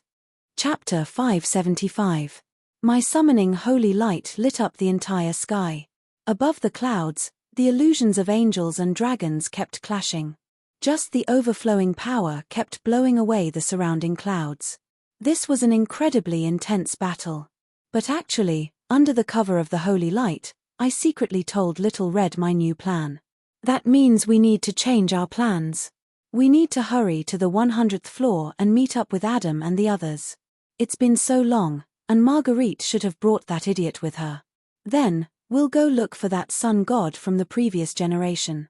I didn't intend to slowly play around with the local residents. I had already stayed in this damp and cold swamp of the Chaos Abyss for almost a month. Mushrooms were already growing on my boots. Considering the weather in this damned place, it was likely that they were poisonous mushrooms, a god equipment. Towards my request, Little Red's reply was simple and direct. She stared at the lower left side from the corner of her eyes. There, the red-eyed lizardmen chief was still hopping about, as if he was very anxious seeing that his red dragon was at a disadvantage. It seemed that Little Red had completely set her eyes on the god equipment that could control dragons. What she meant was that she definitely wouldn't leave until she helped me obtain the god equipment. What's that? I was rather curious. Little Red was no newbie who had never seen a god equipment before. What god equipment could tempt her to such an extent? It's highly likely that it's the heart of some supreme immemorial dragon god. Perhaps some ancient dragon god died in the Chaos Abyss. That heart is quite suitable for me. It's likely that the heart contains that dragon god's knowledge and experience. I immediately came to a realization. Dragons were famous for their long lifespans, but they were also famous for their slow progress. Apart from wasting time, they could also cultivate on their own. Of course, they wouldn't let go of any opportunity to improve themselves. Dragons' growth process was slightly special. They were also capable of transforming their concepts into actual myth-ranked weapons. But for them, what precious material could possibly compare to their own unique physical bodies? Their enhanced concepts would often be fused together with some part of their physical body. When a dragon died, their bones and flesh would rot over time. However, the organs that had once contained their concepts would usually be preserved for an incredibly long time.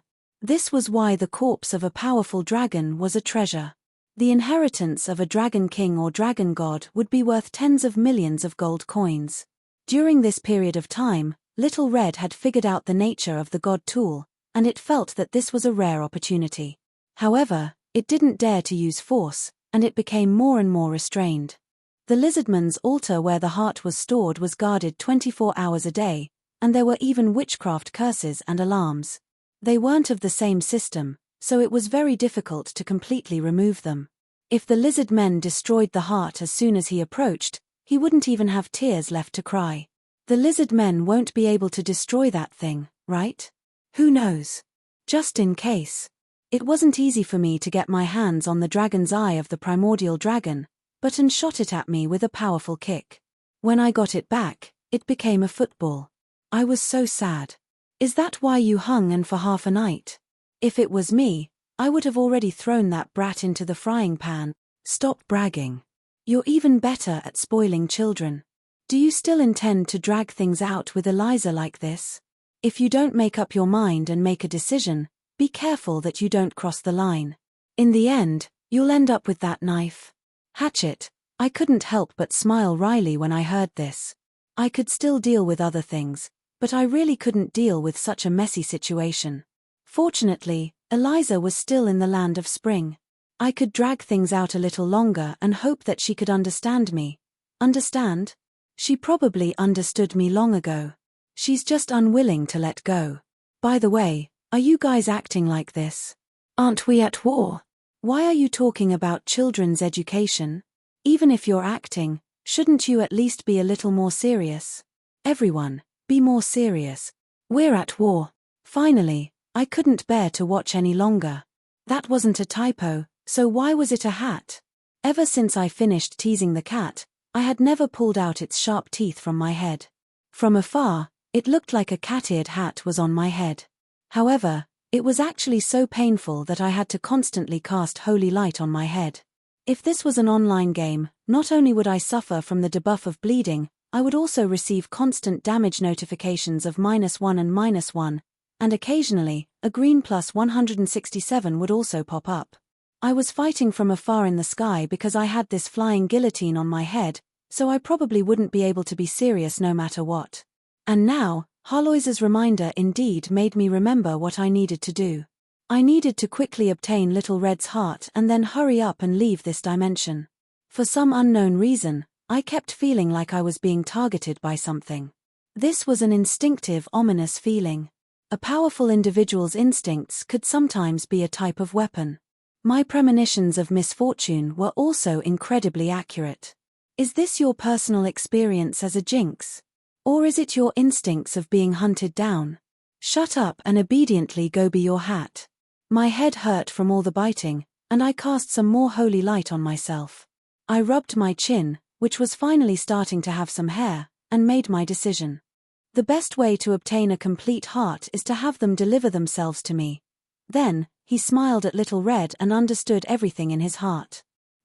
Damned holy night and god of holy light, they're actually forcefully descending into the chaos abyss.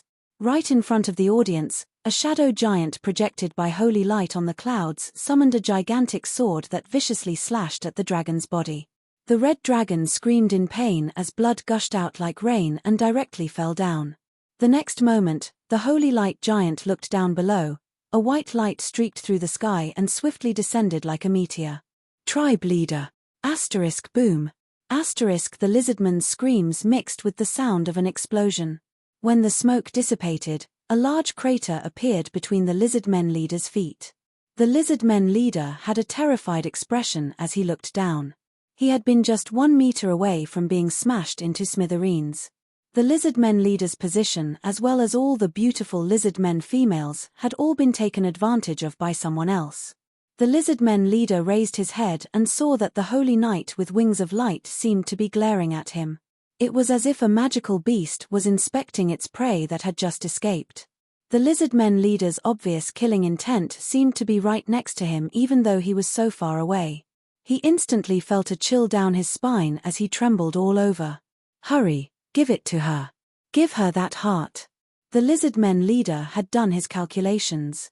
If he died right now, he would probably have nothing left. If he could help the Red Dragon defeat the Holy Knight, then even if the Red Dragon decided to turn against him, at least he would still be alive. Asterisk boom. Asterisk asterisk boom. Asterisk several more grenades of holy light descended and exploded everywhere. This time, it seemed to be an AoE attack. Hurry and give it to her. The lizard men anxiously roared as they moved on all fours.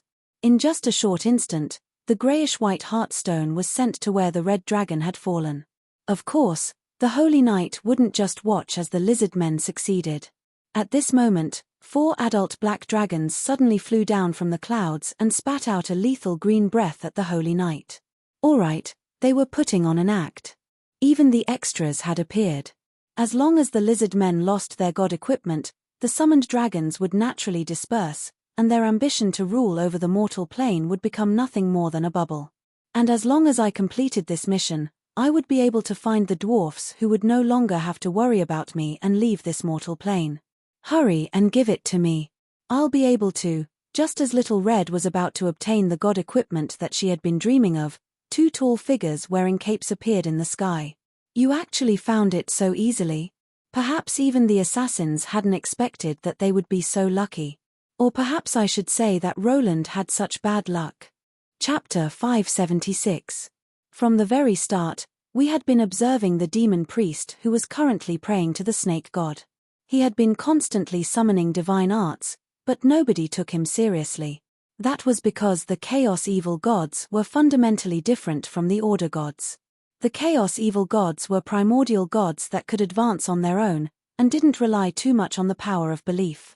But on the other hand, they also lacked a sense of responsibility towards their believers. That's right, a sense of responsibility. Although it sounded rather strange, there would often be some sort of contract or mysterious relationship between the gods and mortal believers. The Order gods and their believers were just like a registered, formal company. The benefits and treatment were all clear, and the company's business, spirit, and rules were all clear. There was even room for improvement. If the priests did an excellent job, the company's performance would increase, and the company's power level would increase by another level. The believers and priests would also receive God's blessing, places to spread their religion, and authority in return. But if the company collapsed, or the god died, all the employees would naturally lose their jobs. And in this aspect, the Chaos Evil gods who were no longer bound by order and rules were completely different. The Chaos Evil gods and their evil cultists were just like a secret, illegal black company. The boss wouldn't set any clear rules, and everything would be decided by him alone. Meanwhile, the company's goal was to make the boss rich and improve himself. The employees were nothing more than tools with no guarantees. This highlighted the foundational difference between the Chaos Evil gods and the Order gods. The Order gods were like legal companies that competed in the market. Apart from very few situations, they had to compete legally according to the rules, competing on management, and so on. But, rather than having the Chaos Evil gods' illegal companies operate, it would be better to directly rob them. Stealing a divine concept, divinity, and devouring a weak god would be more effective than the Order gods' thousands of years of accumulation. That was why the Chaos Evil gods were far more aggressive than the Order gods. In such a situation, the great majority of evil gods viewed their believers as useful tools, or more accurately, slaves that voluntarily offered sacrifices to them. As long as their goal was achieved, who would care about whether the tools were good or bad? Just look at Rose from back in the day. Not a single Order god would allow their worshippers to kill each other, as that would reduce the total amount of faith in them. Yet, Rose only hoped for the strongest chess pieces. She would bestow divine favor upon murderers and slaughterers, and punish the weak and kind. She viewed the elven gods as her mortal enemies and prey. Therefore, believing in an evil god could make one rich overnight, as long as one was to the big boss's liking and was appreciated by the big boss. However, there was also a possibility that one would become a pawn in an evil god's scheme and die mysteriously. As far as I know, 99% of the cases where you become rich overnight, you've already stepped into the evil god's chess game and can't extricate yourself. Those old and cunning fellows will never make a losing deal. The infighting between them is extremely intense. Both sides are competitors, but also prey. Perhaps the most pitiful of all would be the soul black contract. Even if you died, your soul would still have to report to the evil gods. At that time, the evil gods would determine whether you would be transformed into a god's servant, devil, demon, or something like that, or directly converted into soul coins, snacks, or raw materials. In essence, the order gods and the chaos evil gods were all the same. They only pursued their own personal benefits. Who would care about the lives of mortals? It was just like how both sides chased after personal benefits. The only difference was that one side was a bit nicer and focused on long-term business, while the other side didn't have any restrictions or obstacles and dared to do anything. However, the risks were also high, and the benefits came and went quickly. As we travel through the abyss, we naturally have to deal with the evil gods of chaos. The snake god's information was no secret. He was the guardian god of snake demons, snake people, and lizard men. He was also the god of poison. His true form was probably a gigantic venomous snake from ancient times. His combat experience wasn't particularly outstanding, and his attack power was the weakest among all the evil gods. However, he had lived for a long time, and that was the strongest sign of all. The Chaos Abyss was no friendly place. I didn't want to provoke such an ancient artifact. Who knew what trump cards he had hidden up his sleeves? However, his cautious personality made me feel much more reassured. As for the snake god's believers praying to the snake god's power, I had killed so many lizard men over the past few days that I could fill a warehouse with them. Yet, I hadn't seen a single lizard man that actually managed to summon an evil god's power. If the snake god's believers met with an enemy that was beyond their abilities, the evil god's believers would be able to pray to the evil god for divine blessings that exceeded the norm. However, the evil god wouldn't even bother to pay attention to them if they didn't have sufficient benefits. This mortal plane was filled with snake demons and lizard men. The snake god had dozens of believers, so the snake god wouldn't care much for his believers here. If this was the mortal plane, the death of a single high-level priest would be a major loss. Not only would the snake god lose face, but it would also be quite likely that the snake god would help if the snake god's believers in the mortal plane met with a calamity. This place was quite close to the snake god's main body, and it was quite dangerous. Lizard men were dying every day. Although the signal here was quite good, it was almost impossible for the snake god's believers to respond to their prayers. Perhaps this was why the snake god's main body was so important to the snake god's embassy. There weren't many people here, and it was a matter of face. Let's stop here for now. Things had been quite tense recently, so I shouldn't try to die too much. So, when I saw the gigantic cyan blue snake in the sky, my first reaction was that I was hallucinating. My second reaction was that I discovered that my luck had been running out for far too long. It was likely that my luck had been running out for several hundred years already. Damn it, I can't be so unlucky, can I? The situation is tense. Retreat. Let's take the goods and leave first. Due to our many years of tacit understanding, we instantly came to an agreement. I tossed out a sword of light that nailed the lizardman shaman who was holding the heart stone. This time, I didn't miss at all. Little Red, who had just been howling on the ground, instantly stood up and leaped towards the lizardman shaman. She then grabbed the heart stone and swallowed it. Just as she was about to spread her wings and fly away, I unhesitatingly fled first. I could sense that the snake had already locked onto me. Challenging an evil god's main body in an evil god's private mortal plane would be no different from challenging an evil god's main body in a true god's divine kingdom. I didn't want to die so arrogantly. However, the next instant, I was blocked by a figure. It was a female demon general who was more than 3 meters tall. Her black scale armor was covered in scars, and the chain sword she held in her right hand was also covered in blood. She viciously glared at me as if I was the person who had killed her father. If it wasn't for the scars on her face, she would definitely be considered a beauty. But right now, the viciousness and naked hatred in her eyes made me feel rather confused. Do we know each other? I don't remember offending you. Miss, what's your surname? Temph, it's your emotional debt again. Do you even remember the woman you offended?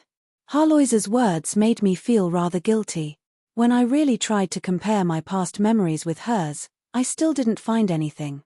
Ka Wen Sai, every single word she squeezed out was filled with intense hatred. Her blood-red eyes were filled with nothing but hatred and regret. So it was all Cavendish's fault. What the hell was wrong with me? How did I get hit like this?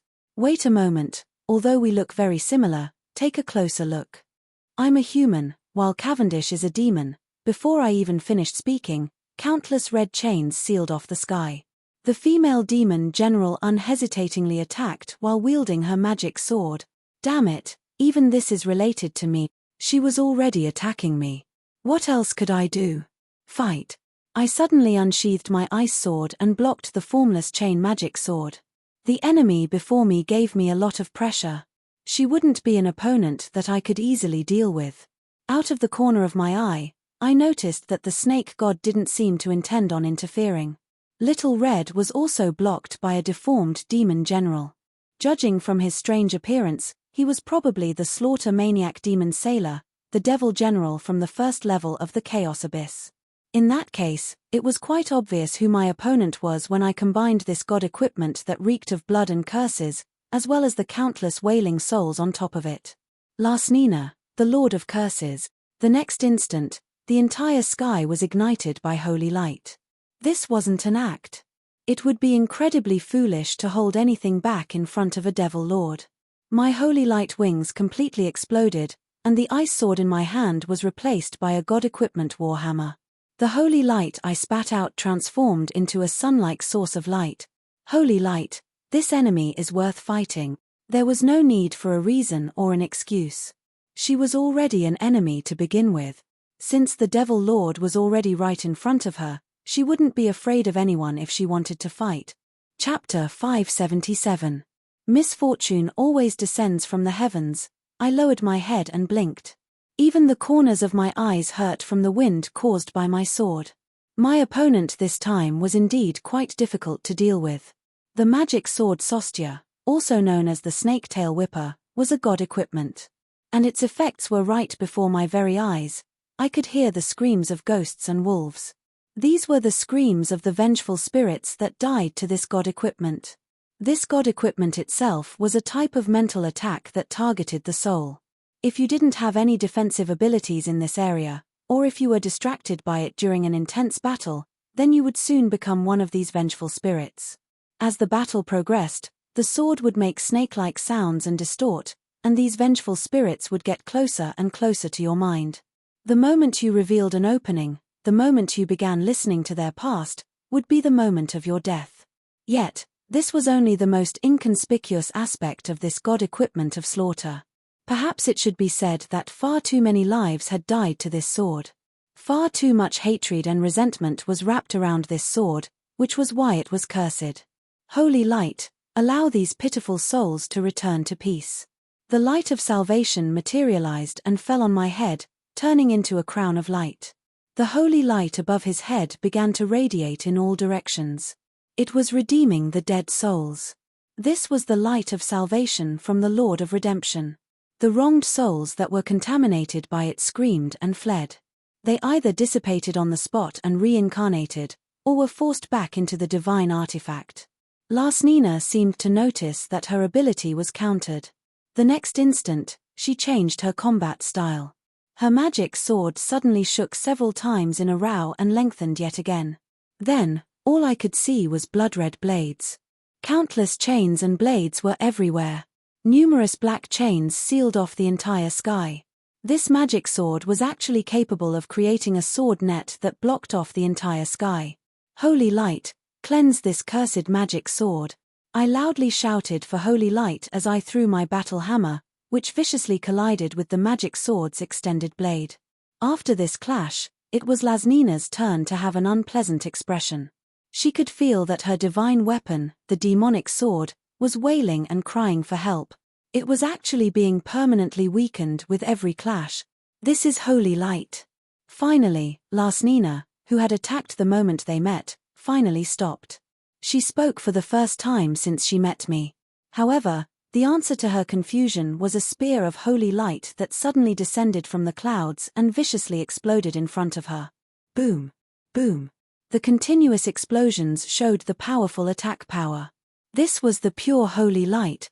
I had missed my holy light spear earlier when I was chasing after Lasnina. However, I had actually thrown it in an arc with my mind control. Now that Lasnina had stopped, I commanded her to charge down from the clouds and suddenly explode in front of Lasnina. Lasnina was engulfed by a violent explosion that blew away the surrounding clouds. I wasn't an idiot who would explain my ability to her. While she was distracted, I would naturally hit her first. A fixed target was much easier to hit than a moving one. At this moment, just as Lasnina was wondering, is this holy light? Do you think I'll stop just because you say so? Where would I put my face then? Clang. Suddenly, the pain in my back reminded me that I wasn't the only one who knew how to play dirty tricks. This woman actually launched a sneak attack from behind. The chain sword of the snake's tail extended out from the clouds. Her demonic sword could actually be split up and could even attack automatically after being split up. Are you trying to distract me by talking, and then use the snake blades in the clouds to hurt me? Sinister as expected. It's useless. It's useless. However, this was still useless against me. I turned around and grabbed my demonic sword. Holy light flashed 3 times in a row, and all that was left was scrap metal without any spirituality. TSK, a turtle shell. You chose the wrong opponent. Lasnina walked out of the exploding clouds completely unscathed. It would seem that the previous exchange had only been an appetizer for both of us. From a certain standpoint, she had indeed chosen the wrong opponent. At the very least, it would seem that my special abilities countered hers. The most dangerous part about Sostya wasn't its ability to change and extend infinitely, nor was it the souls wailing on it. Rather, it was the blade itself. Sostya's blade seemed to have been corroded by blood, so it wasn't particularly sharp. However, it was actually covered in Devil's Curse art. The bloodstains were actually magical runes created by souls. In the hands of the Lord of Curses, Sostya's demonic sword was especially dangerous. Any physical body touched by Sostya's sword would instantly suffer from aging, soul-sucking, dullness, misfortune, and more than 20 other powerful curses. Even a god would be forcefully corrupted by Sostya's sword. Yet, this was all meaningless to me. Roland, if you're a man, then take off your turtle shell. A beautiful woman's angry rebuke would always be quite powerful. However, I only wanted to laugh at Lasnina's words. Your psychological methods are so bad that I'm wondering if you're a devil or not. You want me to take off my armor? Of course I can, but you should first throw down this sword. Then we can test if I'm a man or not. Alright then, what I got in response was a magic sword whip that suddenly increased in frequency. It would seem that Lasnina really didn't seem like a devil at all. She was able to explode with just a single sentence. However, such an attack was still completely ineffective. That's right, from the very start, I had the advantage because my full-body dragon-scale ice armor, Guardian of Yungia, had evolved to the semigod equipment level. No matter how vicious a sword's blade was, it would only be fatal if it actually injured someone. I had used half of my abilities in exchange for defense, so it wouldn't be so easy to break through. As long as my armor was broken, I would be undefeatable. Not only that, this living armor also had the ability to repair itself. The longer this battle dragged on, the more obvious my advantage would become. Lasnina was indeed correct when she said that she chose the wrong opponent. She probably saw how thick Little Red's dragon scales were and how high her magic resistance was, which was why she chose me since I wasn't wearing any armor. She didn't expect that I would be able to summon this heavy defensive armor at any time. Meanwhile, Sailor the Berserker Demon of Slaughter was also facing a troublesome opponent. A famous veteran would indeed be quite amazing. However, while Sailor could use his fame to suppress others, there was also the risk of information about his abilities being leaked. I had summoned my armor the moment I saw Lasnina's magic sword. Meanwhile, Little Red was extremely experienced in dealing with Sailor's special ability. Sailor, the famous general of the Blood Wars, was just as famous as his physical characteristics. He was able to change the weight of an object just by touching it, making it heavier or lighter. He could even make sturdy armor as fragile as a piece of paper, or as sturdy as a city wall. Although nobody knew how he was able to do this type of power was definitely the nemesis of melee job classes. It would be even easier for him to deal with gigantic beasts. Nobody would be able to stop him in a chaotic battle. The moment that Little Red recognized her opponent, she unhesitatingly gave up on her stronger dragon form and transformed into her human form. She then began to show off her power as a fire and wind dual magic archmage. Soaring magic, short-range accurate instantaneous movement, dragon wings buff, flame spray, tornado transformation, rattlesnake agitation. The high-speed Little Red used her half-dragon form with dragon wings to show off what it meant to have high mobility and what it meant to be a natural fighter. Little Red's beautiful red figure kept appearing and disappearing in the sky. Every time the clumsy sailor chased after her, he would only see an afterimage. Then, he would be followed by a storm of flames and flames. Sailor had already fallen to the ground twice. If it wasn't for the fact that he was sturdy enough, he would have been smashed to smithereens already. Red dragons had a natural sense of space and aerial combat techniques. Sailor still hadn't been able to touch his opponent. He had been getting beaten up the entire time. Yes, your special ability is quite powerful. You'll be able to kill me as long as you touch me. However, you should catch up to me first. Little Red was using her actions to provoke Sailor. Sailor had already met a highly mobile opponent before. He also had powerful short-range instantaneous movement magic tools. However, he was hit by Little Red's dragon breath every time he tried to instantaneously teleport. He knew that he couldn't just casually teleport in front of this wind and fire archmage anymore. Little Red's draconic eyes locked onto all the dimensional cracks. Although Sailor was quite tanky, he was about to be cooked if this wind and fire archmage's flames continued to burn. Sailor tried to ask for help from the Lord of Curses, but discovered that the Lord of Curses was also in a stalemate. Now, the two Devil Lords regretted being so arrogant and caring about their reputation. Why didn't they just bring their entire devil army? I couldn't help but relax when I saw that Little Red still had the advantage. But just as I felt that we had a great advantage, Lasnina suddenly tossed aside her magic sword. I'm bored, mortal. I'll let you see my true power. Why I'm called the Lord of Curses. Chapter 578. Throw away my sword. Did she really want me to take off my armor and discuss whether or not I was a man? As long as you didn't want to take responsibility, I would welcome that. Cough, cough. Things had been quite tense recently, so I should be more careful. Of course, Lasnina wouldn't have thrown away her magic sword for the sake of peace. Her magic sword suddenly broke apart in midair into several hundred metal shards that spun in the air. Sword immortal? Floating cannons? That's ridiculous. Although Lasnina was saying all sorts of things, she was actually on guard. Logically speaking, the attack power of the scattered shards should have decreased. Even if Lasnina's attack method became more difficult to defend against, it would still be meaningless if she couldn't break through Lasnina's defense. There wouldn't be any foundational difference. However, Lasnina was a famous Devil Lord. How could she possibly only have such a simple trick? The next instant, something inconceivable occurred. All the shards actually shot back at Lasnina's master. Lasnina's sword shards stabbed into her flesh, causing blood to fly everywhere. Lasnina was also stabbed into a bloody mess by her own magic sword. Countless blood-red runes instantly appeared on her physical body, just like the curse on her magic sword. Her physical body rapidly expanded, bringing with it an indescribable power. Curses are the evil intentions of the soul. Jealousy, hatred, anger, and guilt. Words are formless blades, and curses are bloody blades. All curses in the world are nothing but food for me. After completing her transformation, Lasnina was much larger than before. Her entire body was covered in blood and magical runes. Countless blades were stabbed into her flesh as if they were made of chains. Her right hand now carried a sword that was more than 3 meters long. If one only looked at her physical appearance, she was still humanoid. However, her magic power was completely incomparable to before.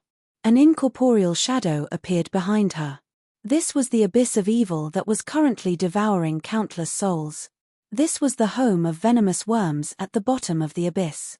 I had never seen such impure magic power before. It was rotten, smelly, slow, and countless negative curses mixed together. The entire sky was dyed in all sorts of colors. Waves of evil began to spread, dyeing the suddenly falling rain black. Every drop of rain was filled with evil, sinful intent. It was as if ghosts were wailing inside. Endless evil and filth polluted the entire world, just like a stinky virus. Just looking at it would make me feel like I was being devoured. Ah, ouch, ouch. When the lizard men below saw this scene, they couldn't take it anymore.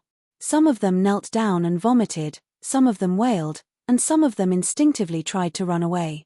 However, there was no difference between the lizard men and the lizard men. As they ran, they turned into skeletons. Those who vomited their internal organs, and those who cried eventually ran dry of blood and tears. Those who reacted quickly blinded themselves and saved their lives for a short period of time. However, the demonic sound entered their ears and the stench entered their nostrils. The best outcome was that they would be crippled for life. The lizard man witch doctor, who had just used up his divine power, knelt on the ground and vomited. Apart from his bloody organs, he also vomited out black and greyish-white human-faced worms. That was the truth of the indescribable cursed object. Curses were the foundational malice of the soul. As the strongest source of malice in the world, Lasnina was able to indiscriminately curse all life and pollute the entire world simply by revealing her true form. Is this the true form of the King of Curses? This is really ugly. Lasnina was the one who said this. She was now completely covered in blood. Yes, this appearance is so ugly.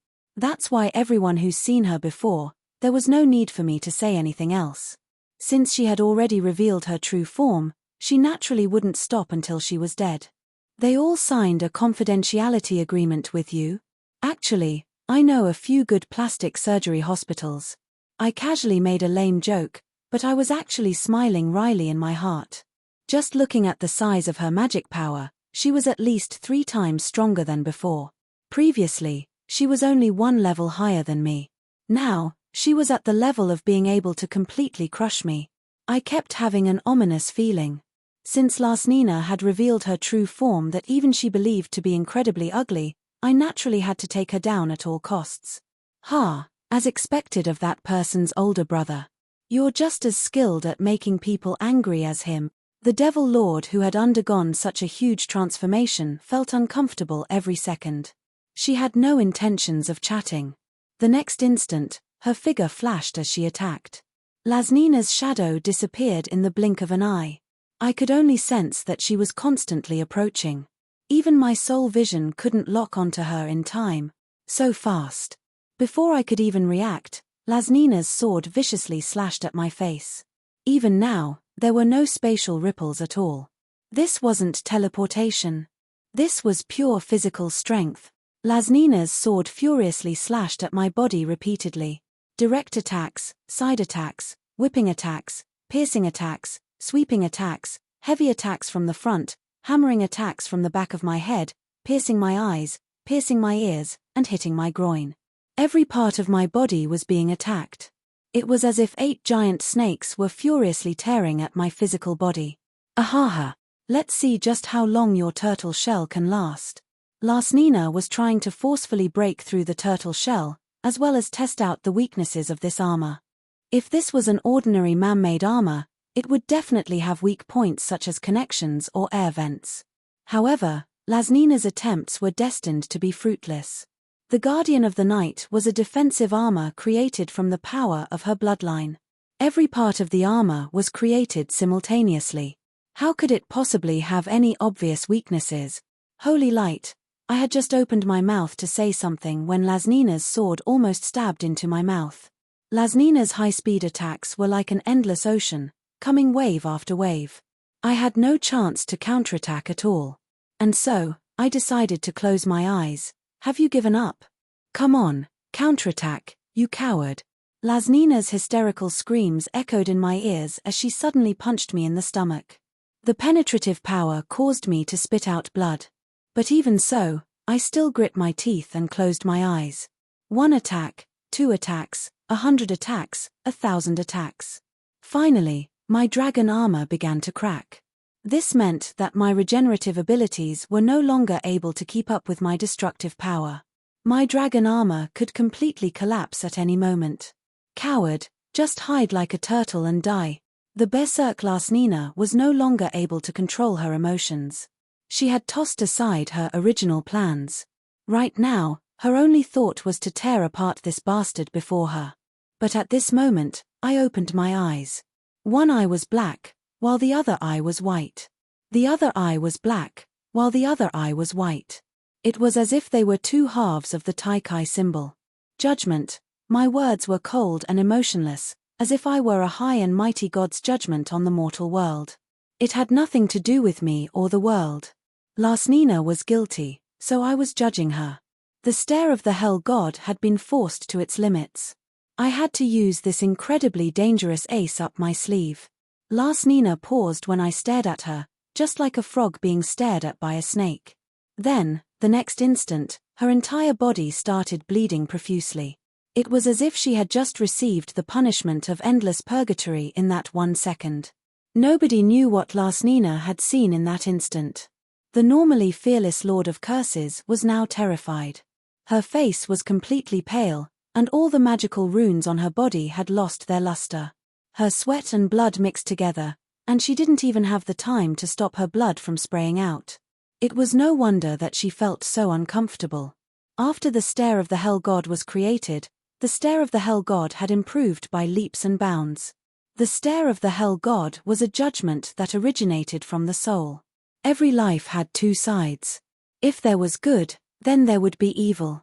Even the most heartless individual would have a shred of conscience in their hearts. And, the stare of the Hell God was a natural talent that allowed one to separate good from evil. Their conscience would transform into a judge that would judge the sins of an evil soul and punish them accordingly. It would be impossible for anyone to lie to themselves. It would be impossible to dodge an attack from oneself.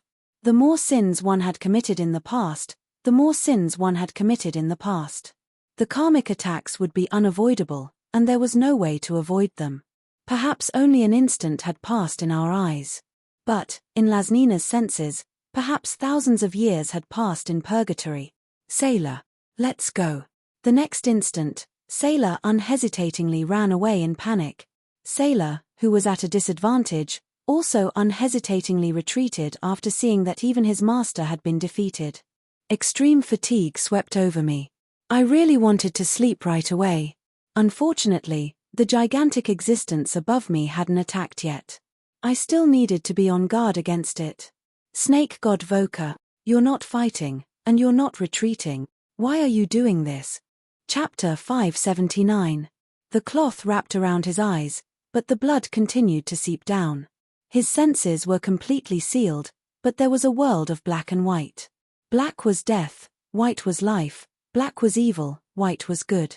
However, I could sense that these were just colors that had been casually smeared by a brush. The borders were blurry, and the colors were faintly fading away.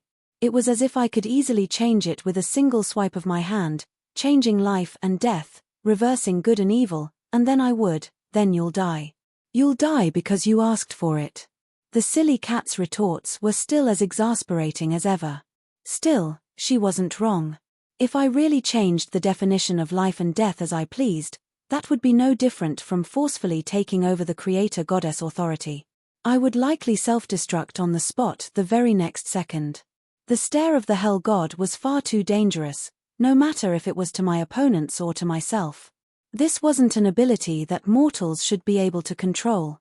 At the very least, before becoming a semigod, using it every time would be equivalent to going berserk. Using it so casually would be equivalent to suicide. And the first time this trump card appeared, the opponent was already not simple. The Devil Lords stood at the apex of all devils. Every single one of them was incredibly difficult to deal with. They were famed experts in all dimensions, and ordinary human semigods would be completely helpless before them. Even though I had the advantage of suppressing his abilities, I wouldn't be able to fight him head-on before I completed my first myth-ranked weapon. That was why I could only use this trump card that I hadn't fully mastered yet. With such a powerful opponent as his target, The Nether God's eyes were overloaded and out of control from the very beginning. If the battle had continued for a while longer, his eyeballs would probably have exploded. Any type of supernatural interference would depend on the user's basic energy level. The absolute difference in magic power meant that it would be impossible for me to kill Lasnina just by relying on my species' natural talents. It would be impossible for an ox cart to pull a train. In the end, the ox cart would overload and become useless. Fortunately, Lasnina had been scared off like a bird startled by the mere twang of a bowstring. Once she calmed down, she would probably be even more difficult to deal with. But now, the inhuman pain in my eyes reminded me of the price of victory. Not only would I be unable to use my stare of the Hell God until I completely recovered, but I would also have to experience living as a blind person. The surroundings were eerily silent. I couldn't move around as I pleased, so I was bored. Suddenly, I had a thought that I had been accumulating for a long time. Perhaps this was my chance. He covered his eyes and bared his upper body. He stretched out his wings and lowered his head to reveal an ice crystal skeleton. He hugged the skeleton with one hand and stroked a small yellow flower with the other. Then, he turned his head around. I've been imprisoned for 10,000 years and expelled from my hometown. Now, you actually dare to trespass into my territory. You're courting death. Yes, since he was blind, he naturally had to take the opportunity to cosplay as Brother Egg. He seems to be even more unfortunate than you. The system's retort made me feel helpless. Was it really that easy to guess? In the next instant, a mask with 8 eyes appeared on his face. He was blind, who wielded a sword with both hands. Your sword is my sword, and my sword is still my sword. That's a typo, right? Also, that guy isn't blind. This level of difficulty was far too low. I thought for a moment before putting on a cloak and a transparent ice mirror, revealing an appearance of contemplating life. If it's for eternal justice, I'm willing to bear all the infamy and eternal crimes. That's a villain, right? If you're cosplaying Grim Reaper, you should at least wear a captain's coat, right? And so, I wrote the word Mind's Eye on a piece of cloth as I held a shield in one hand and a spear in the other. Still a villain, still an unpopular joke that reveals his age. All right then, the next instant, I put on a red archmage robe and held a magic staff as I revealed a sunny smile. Even more revealing of his age, but he's still a villain, and at the level of a final boss. Are there no good people among blind people? I did my best to think and came up with a blind ninja A, a blind ninja B, a blind samurai A, a half-blind samurai B, a samurai pretending to be blind E. Finally, I thought of a righteous blind person from an old anime that revealed his age, and immediately started taking off his clothes. Why are you taking off your clothes? Are you an exhibitionist? TSK, if he doesn't take off his clothes, how is he going to cosplay as that cockroach whose clothes will be ripped off the moment the fight starts? By the way, isn't he always ripping off his clothes to show off the master-level tattoo on his back? After thinking about it for a while, I came up with a rather useless rule. If a blind person appeared in an anime, the majority of them would be male villains. The number of blind people who appeared as the main character could be counted on one hand, and most of them would be sword-wielding samurai. Why would a blind person choose a melee job class? Weren't they afraid that they wouldn't be able to see the blade of a sword and cut themselves? Since I have such a rare opportunity, perhaps I should change my appearance as well. I think there's a one-eyed blind samurai who looks really cool. Why don't I try? But, by the way, Harlois, forget about holding a sword in each hand. Isn't he afraid that his mouth will be covered in blood if he has another sword in his mouth? Right. How is he able to speak while biting a sword in his mouth without leaking air? Don't ask me, you're so stupid. If you dare to make such an appearance, don't blame me for pretending that I don't know you. The silly cat yawned lazily. After such a difficult battle, she was rather fatigued. During the battle, I had extracted a large amount of mana from her in order to regenerate my armor. She had basically become my mana pool. Fortunately, I had 2 times the mana pool at the beginning of myth rank. Otherwise, my dragon armor would have been shattered long ago. And even if my defense hadn't been broken, I was still in pain all over, with wounds all over my body. Even with my armor, my magic sword's attacks aren't that easy to deal with. I was making fun of Harlois out of boredom, but I was actually finding joy in her pain. The holy light was currently healing her own wounds. And this place that we were currently in wasn't a safe place at all. This was a holy temple filled with white-robed snake-headed servants. The murals and sculptures on the walls all had the same theme, praising the venerated snake god Voka.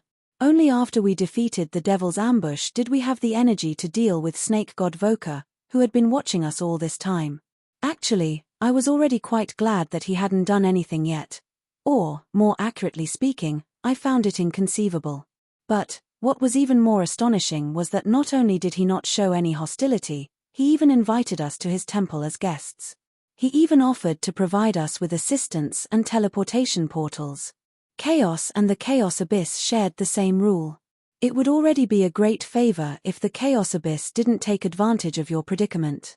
I was rather unable to see through Snake God Voka's intentions. From start to finish, he hadn't shown any hostility at all.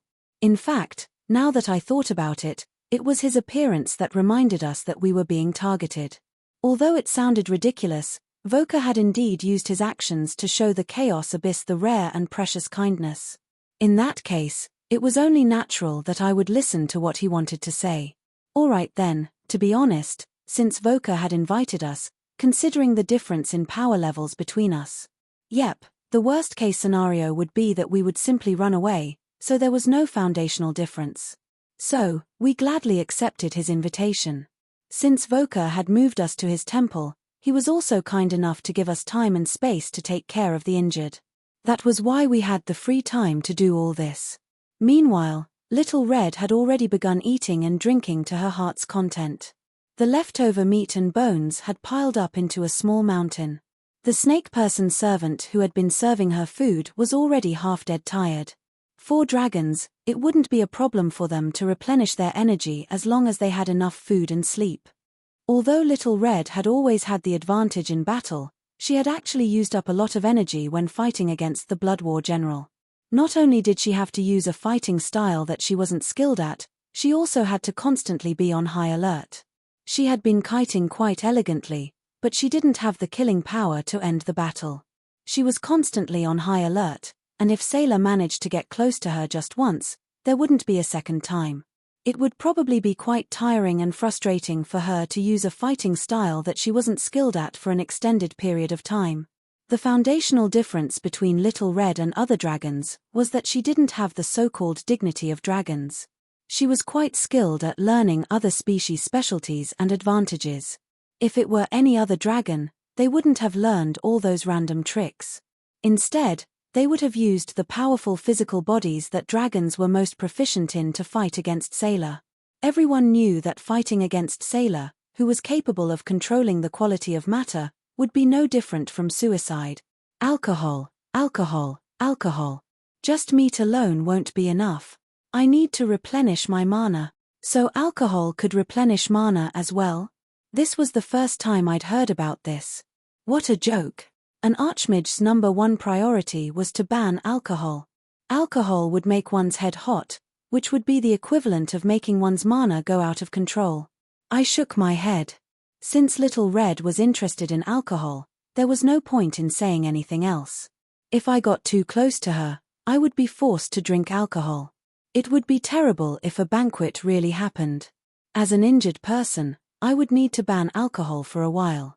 The light of salvation, which healed and dispelled everything on my body, kept circling around me. I felt a cooling sensation coming from all the thousands of wounds on my body.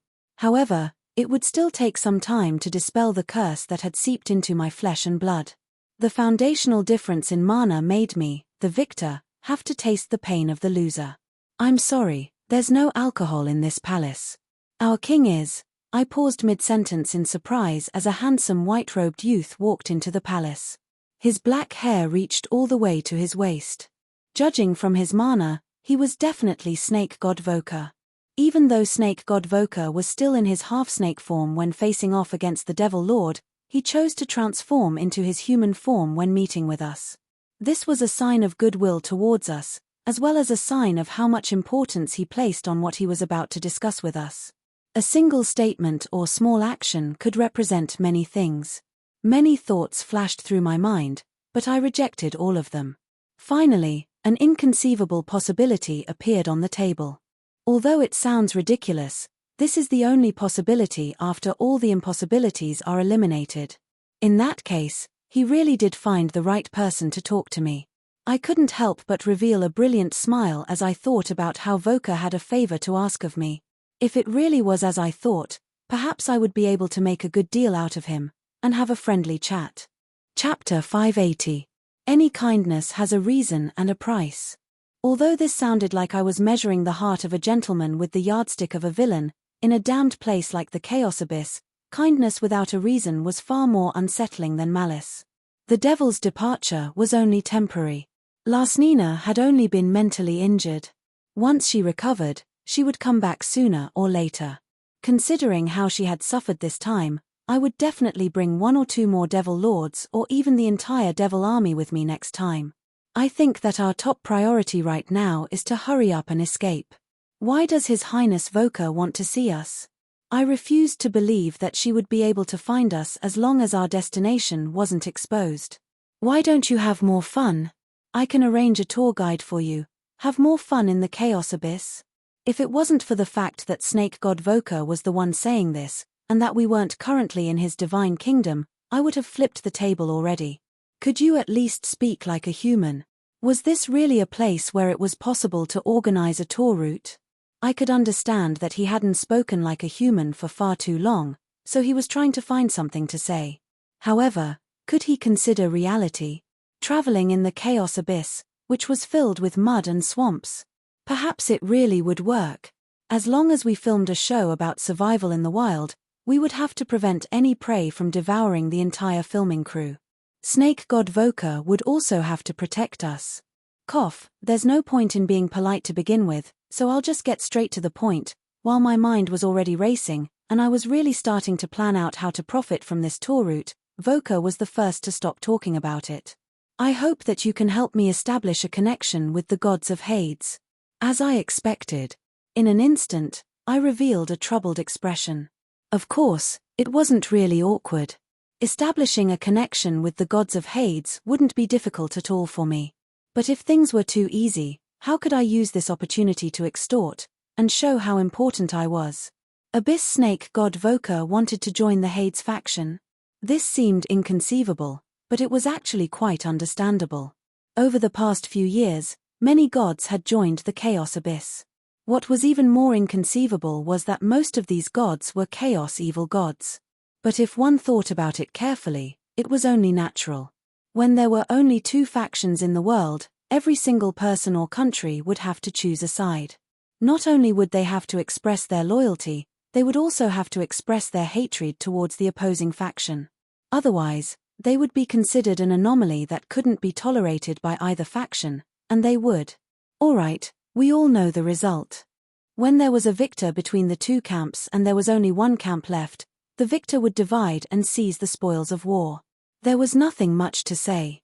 Just take a look at the hundreds of wars that a certain country on Earth had created after the Cold War and you would know.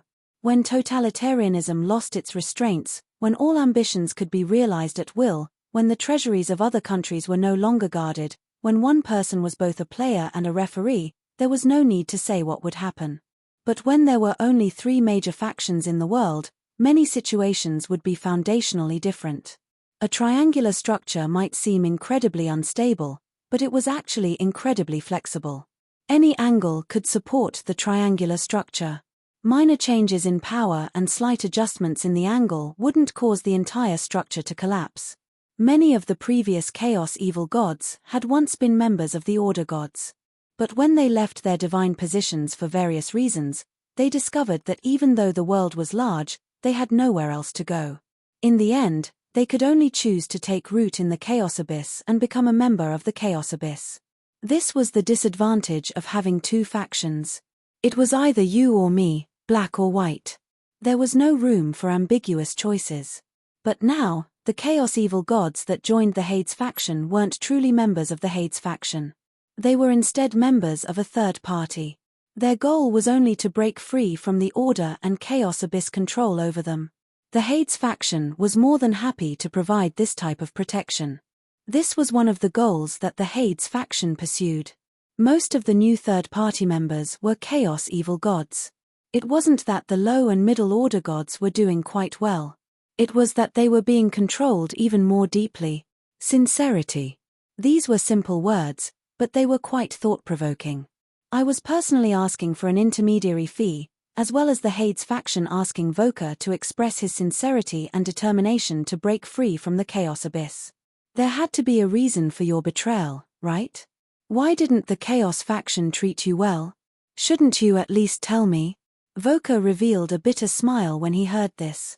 Light flashed through his green eyes, and he seemed to be filled with an indescribable sorrow. The current generation probably only knows that I, Voka, am the snake god and the god of poison. What they don't know is that I was originally a gigantic white snake at the foot of Haina Mountain, the local guardian god of the forest. I used to be the nature totem god, as well as a member of the nature faction. Not to mention, even I didn't know that the nature faction was once the #1 god faction that leaned towards the order faction. The nature faction's main god was the famous Earth Mother Goddess. Voka told me about how he had been betrayed during the Holy War, and how he had fallen from being the guardian god of forests and snake men to becoming the god of poison. Even the snake men under his protection had been stripped of their reason and conscience, and were now known as snake demons. This wasn't anything new. In the end, it was nothing more than a holy war where a powerful species was reduced to a third-rate species. Even their guardian gods were exiled. In the end, they could only become level lords of the Chaos Abyss. I didn't say a single word as I listened to Voka's story with great interest, as if I was listening to a story. Actually, I was indeed treating this as a story. No matter how moving or complicated the story was, most of the people involved were already dead. What else could I do apart from treat this story as entertainment? Also, Voka's story was obviously far too biased. He even said it wasn't my fault throughout the entire story. He made himself sound like the #1 tragic male lead in the world, which made his story even more doubtful. The entire story was about how Voka had been misunderstood and exiled by the nature faction. He was then forced to settle down in the Chaos Abyss. Now that he was sick of this place, he wanted to move to another place to live. At any rate, everyone else was in the wrong. There was no need for me to argue about this. The truth of this story wasn't that important. The Hades faction and I needed a reason, and Voka gave me a reason. That was enough. As for whether or not this reason was real, actually, both sides knew that the past wasn't important at all. What was important was what Voka would do in the future. And, saying anything about this would be meaningless. Time would prove everything. Practical actions and exchanges of benefits would help establish a new alliance. Of course, if I spoke on behalf of Voka, the main gods of the Hades faction would pay more attention to this alliance. This alliance would be established much faster, but that was all. Voka was quite generous. He accidentally told me that I lacked myth-ranked materials. He opened up his treasury and allowed me to choose 2 items of my choosing as payment for acting as the middleman. And, I accidentally asked him about the devils. Even though we clearly didn't have any grudges against each other, why were they suddenly trying to kill us? About that. I think they intend to use you as a hostage in exchange for Ilmisia from Cavendish. What's the matter with you? Alright, at that moment, my face was probably twisted.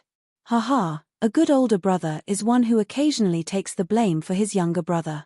The silly cat wasn't even sleeping anymore. She was rolling around on the ground in laughter. I picked her up and casually tossed her into a nearby pool of water. My negotiation with Voka ended here. He definitely had his own expectations for being willing to give up all his wealth in the Chaos Abyss. Perhaps he wanted the snake demons to be able to live in the mortal plane, or perhaps he wanted to reclaim his divine concept of forest guardian. But, none of this was something he should be discussing with me. I was happy to pretend that I didn't know anything. As for Voka's treasury, I didn't have much expectations for it. Most of the ancient gods here probably had god equipment in their possession, but they definitely wouldn't be willing to give it to me. Would he really give up all his treasures just because he said so? There would be a limit to how naive I could be. At most, it would only be an ordinary mortal's treasury.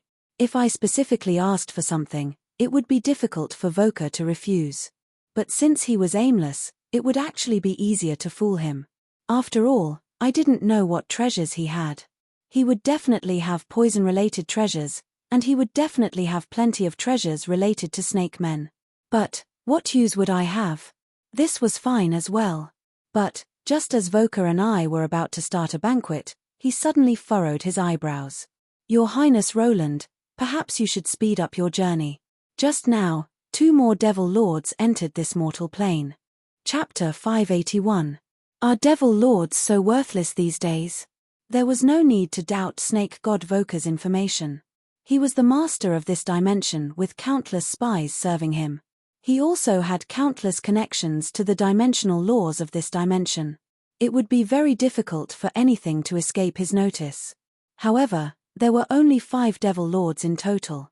With so many devil lords attacking me, it was likely that they wouldn't even be able to defend their own territory.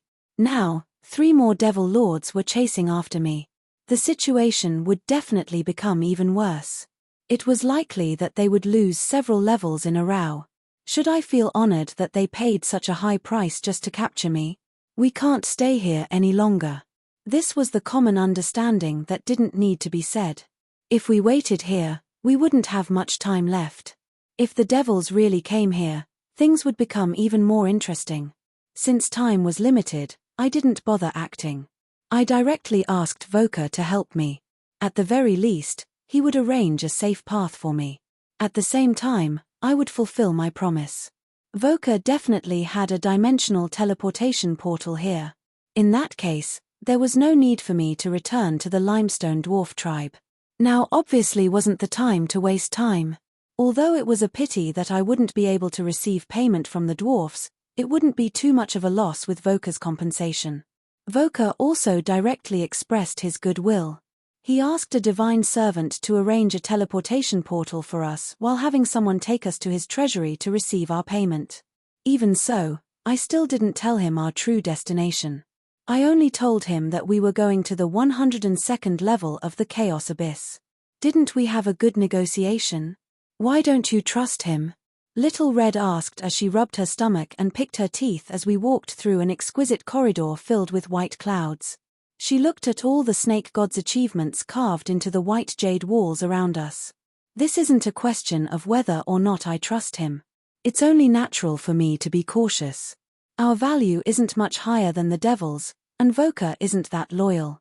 Do you really think that the Devil Lord would need to lie to the devils and offend them for our sake? He'll definitely do us a favor and sell us out. After all, there's no way we'll come back to the Chaos Abyss to take revenge on him for such a small matter. The 102nd level that I was currently talking about matched up with the dwarf's information. Although there were only 2 levels of difference, there were actually 2 levels of difference. That meant that there were 2 different worlds. It would take quite a bit of effort to find the 102nd level. Oh, Little Red didn't take it to heart. She was just asking casually, then turned her attention to the snake man who was leading the way. I felt helpless. She had just casually asked me a question, and I had to explain so much seriously. I felt a little silly. It was the same in the past. She and Adam didn't care about anything other than the fun of the adventure itself. They didn't care about the messy schemes involved. This wasn't a big deal. It was enough for the leader to put in more effort. However, these 2 were extremely good at stirring up trouble. After stirring up trouble, they would act recklessly. Marguerite and I would always have to clean up the mess for them. Not only did he not die after repeatedly causing trouble, he even met benefactors in his fortuitous encounters and obtained training, becoming stronger and stronger. Could this be the legendary main character's fate? Wherever he went, there would always be a disaster. But from the perspective of the people involved, no matter how one looked at it, they seemed like a lucky brat. Could it be that those so-called heroes who were born with historical missions were also a group of extremely lucky brats? Yep, only by stirring up trouble would one grow faster. Those who were unlucky or didn't grow stronger quickly enough would all die. Those who were lucky and talented would become the main character. My mind wandered as I followed the snake man leading the way. We strolled through the corridors and stairs leading to the next palace. Since there was still enough time, I didn't act rashly. The scenery along the way was quite nice. The palaces seemed simple due to their natural geomancy. However, their designs were unique, beautiful, and elegant.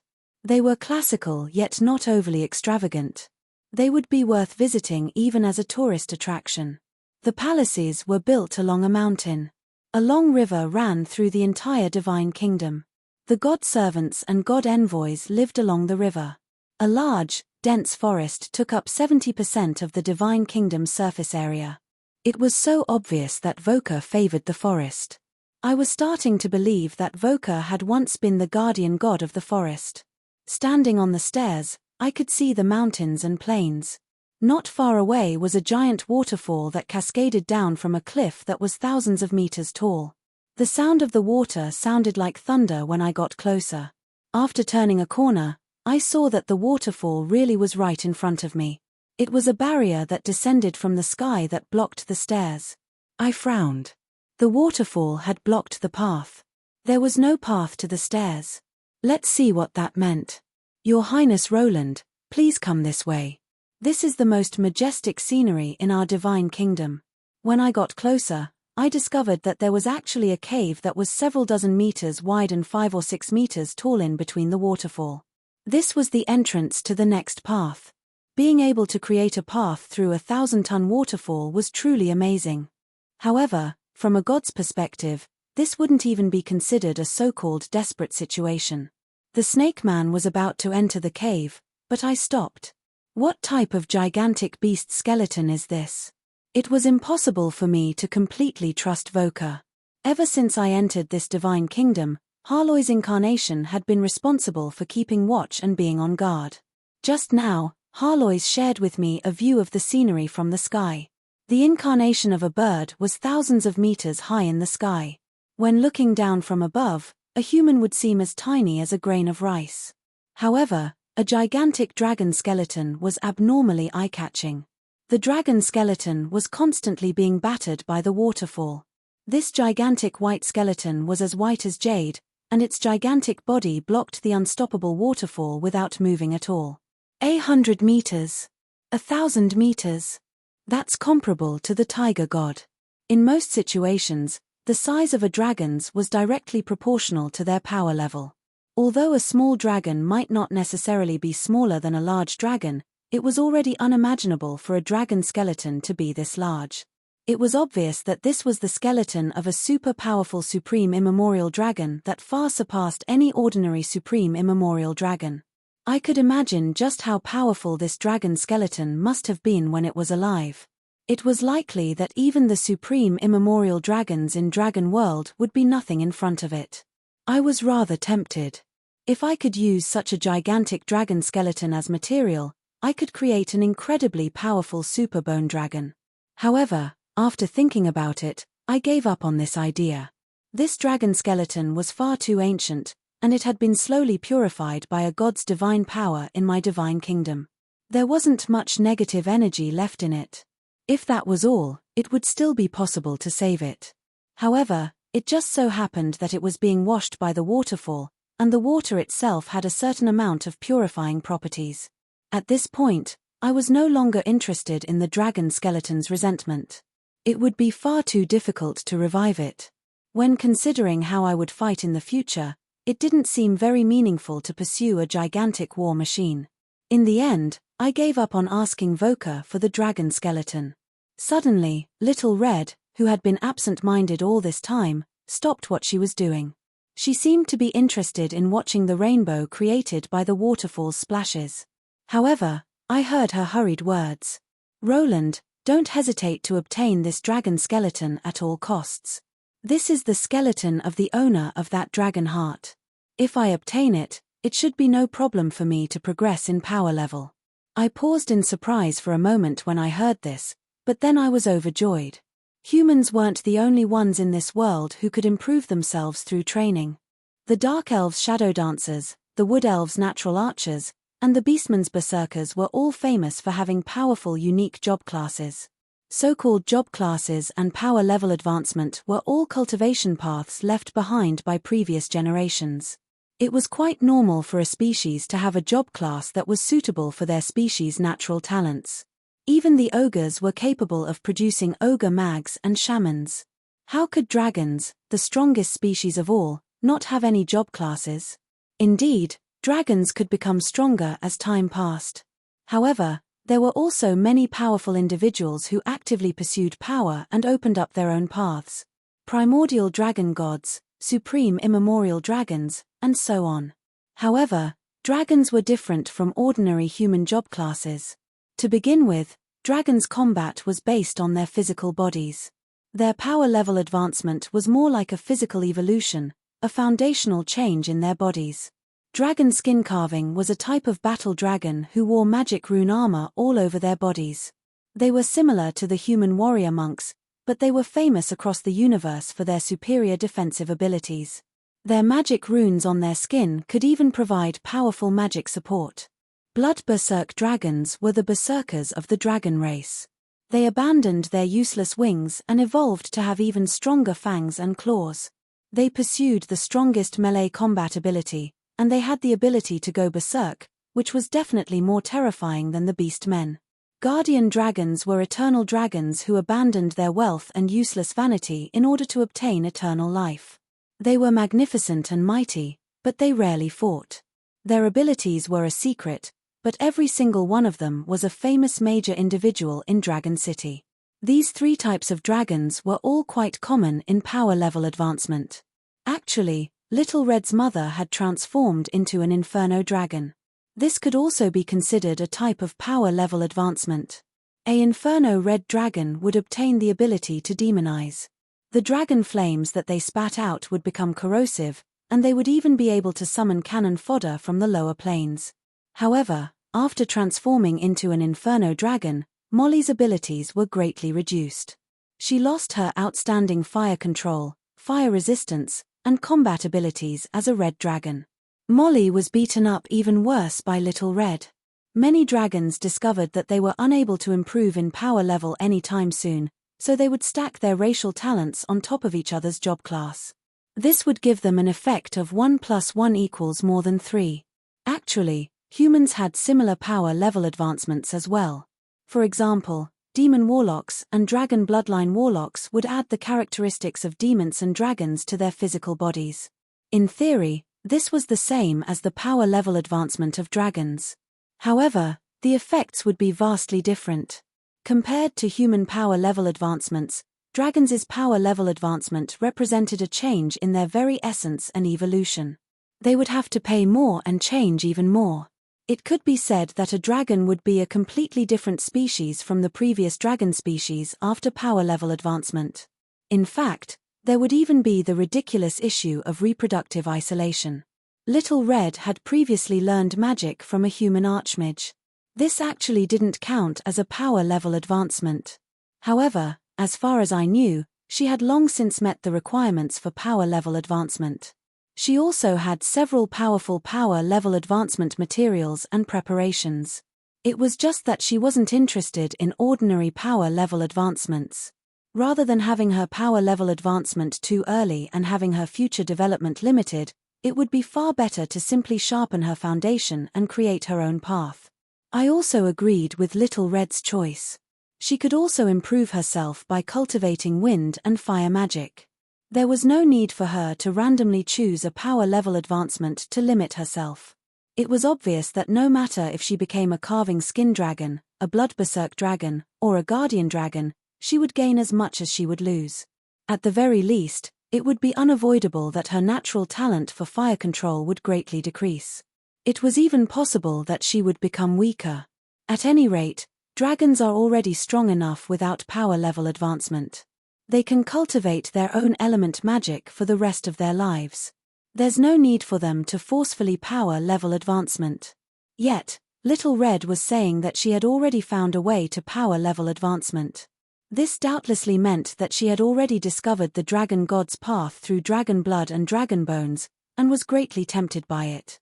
This is a once-in-a-lifetime opportunity. Only the Chaos Abyss will have such an opportunity, This was the Chaos Abyss. Although it was incredibly dangerous, it was also filled with opportunities. Far too many powerful individuals had come here with their dreams in pursuit of opportunities.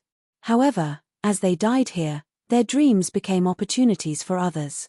Fallen gods, lost god equipment, and the remains of a certain myth-ranked individual. Compared to the mortal plane's peace and tranquility, the endless Chaos Abyss also represented immeasurable opportunities and hope. Perhaps one could suddenly rise up or fall forever with a single thought. Little Red's standards were extraordinarily high. Her foundational power level was also terrifyingly high. Even without power level advancement, Little Red was able to beat up Molly, who had already broken through twice, into a sorry state and had to run away. Any power level advancement that Little Red was interested in would definitely be something she liked. I had been working on my own power level advancement, yet I had mysteriously helped Little Red with her power level advancement. I didn't know whether to laugh or cry. But since such an excellent opportunity had appeared before me, how could I possibly miss it? Originally, Little Red had improved the least over the past few years. This wasn't because she hadn't been working hard. The reason was quite simple and convincing. Her starting point was far too high, while the dragons improved far too slowly. It was only natural that they would grow slower. Most of Little Red's improvements weren't due to foundational changes in power level, but rather due to changes in fighting style. Now that there was such an excellent opportunity to improve her foundational power level, as a true brother, or perhaps a true sister, I would naturally fight for this opportunity to the very end. What if he doesn't give it to you? Then steal it. Do you still remember the dwarf's dimensional door's coordinates? Let's meet up there. Little Red nodded in satisfaction as she went back to enjoying the scenery. As for scamming, negotiating with him, that would naturally be up to me. Actually, I can introduce you to a dwarven construction team. They can help you build a safe and beautiful dimensional door, and so, I began my journey of bargaining with Voka. Then, as I chatted, I went to look for Voka again. Chapter 582. Sun, raise up the dust of the desert. You seem to be able to have fun wherever you go. TSK, the Chaos Abyss is such a damned place. I'm happy being poor. Although I said the appropriate lines, the scene before me really made me happy being poor. This was already the second week since I left the Snake God's mortal plane. However, I missed that damp and dark swamp. This was the complete opposite of the Death Swamp. This was a golden desert. The sky was blue, and the ground was golden. Every time I stepped on the sand, it would sink. No matter where I went, everything would be the same color. It was as if there was nothing here apart from white clouds and endless yellow sand. I wanted to ask Voka for that dragon bone, but he was quite free and easy. He didn't even ask why we wanted it and directly gave it to us. I didn't need to carry out my original plan to steal it. I didn't need to offend the snake god, so I now had another enemy who wanted to kill me. I heaved a sigh of relief. Little Red, however, was quite regretful. It would seem that she had been cooped up for far too long.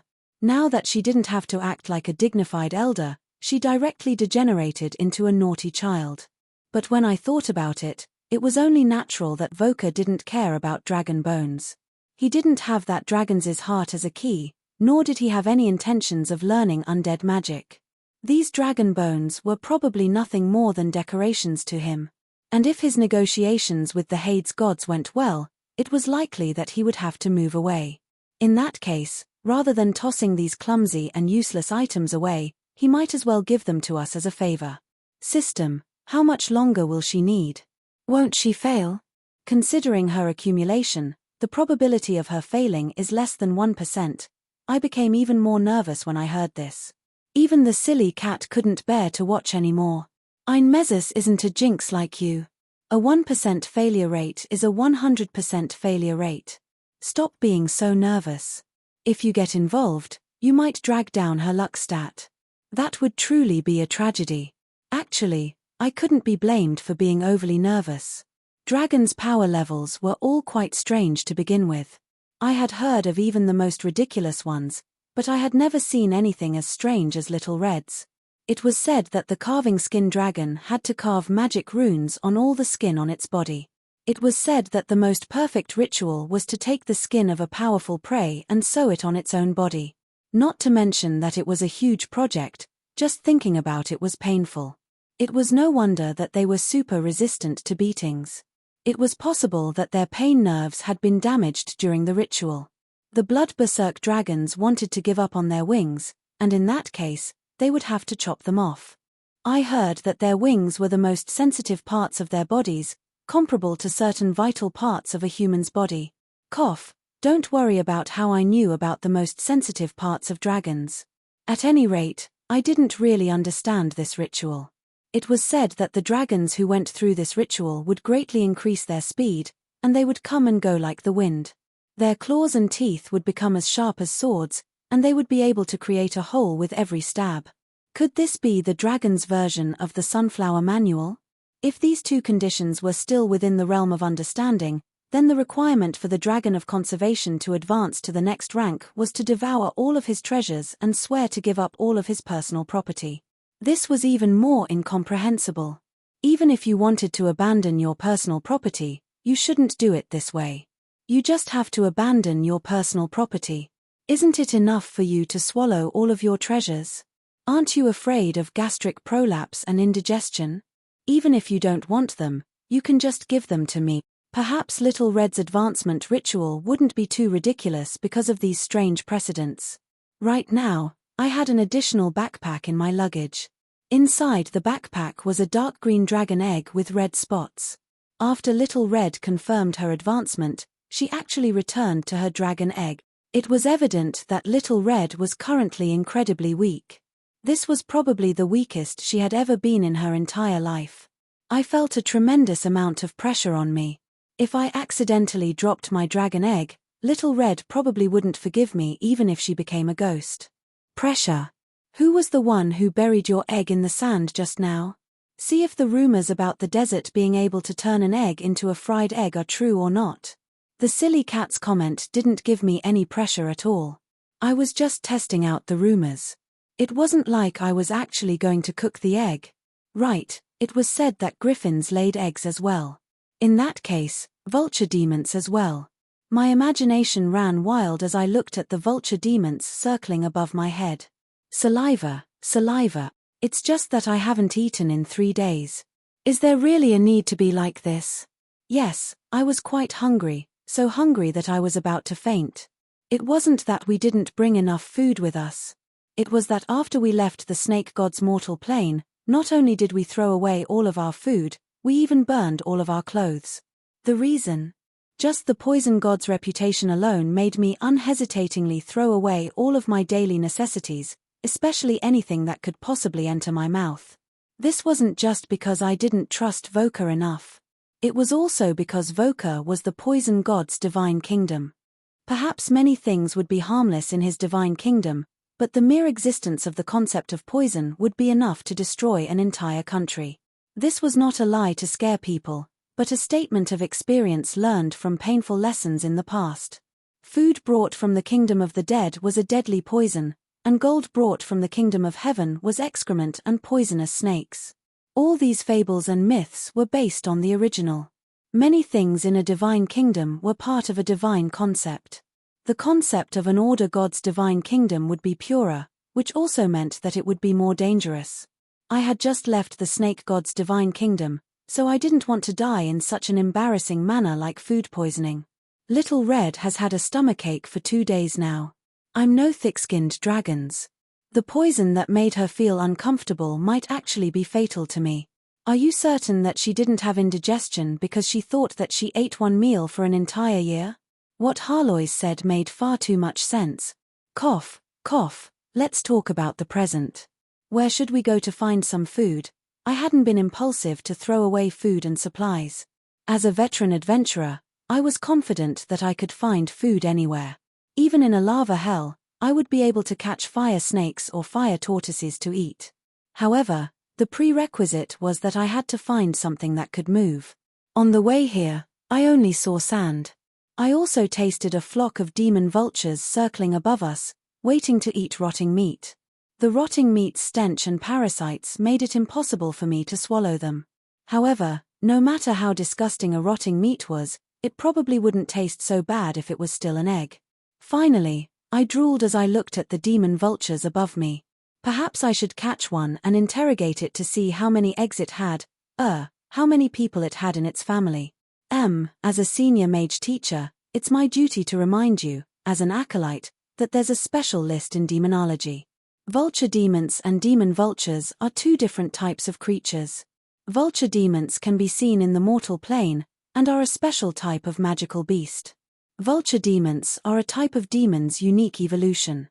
Although they're scavengers, they're still demons. Alright then, I did my best to think with my brain instead of my stomach for several seconds. Finally, I understood what Harlois meant. So much nonsense. So it turns out that demon vultures don't lay eggs. I looked at Harlois in disappointment. As she was a half undead and a magical pet, she was completely capable of absorbing mana to feed on herself. Double the mana consumption was another reason why I was so hungry.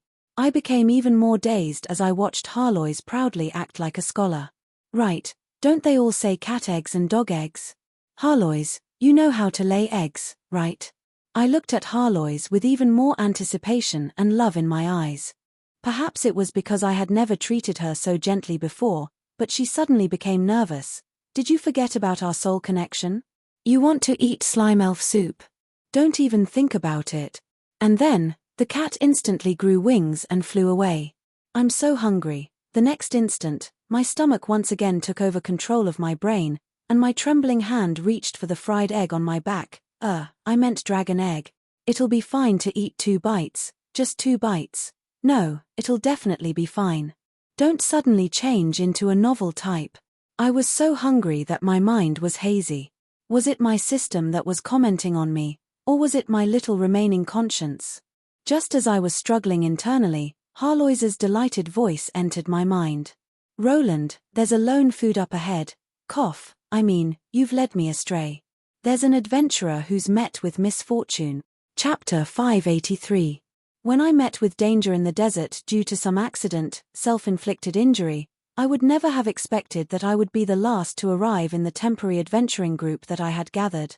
But when I considered my pitiful luck stat, this seemed to be only natural. In that case, it seemed like it was a wise decision for me to leave early and be the first to arrive. More than 20 days ago, Adam and Marguerite's journey to the North Pole finally came to an end. It wasn't that Adam finally admitted that he had no sense of direction, but rather that after overcoming a series of difficulties and obstacles, they achieved an epic achievement that no mortal could surpass.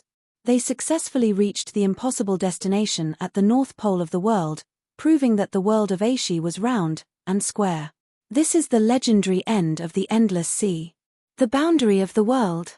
They passed through the obstacles of mountains, wrestled with the Yeti at the North Pole. That was what Adam believed, but the Yeti actually wanted to cook them, played around with the ice trolls, the trolls still wanted to cook them, raced with the white dragons and snow dragons, the dragons failed in their attempt to change their taste, passed through the ice wall of size that prevented the living from advancing, and finally arrived at the northernmost part of the world.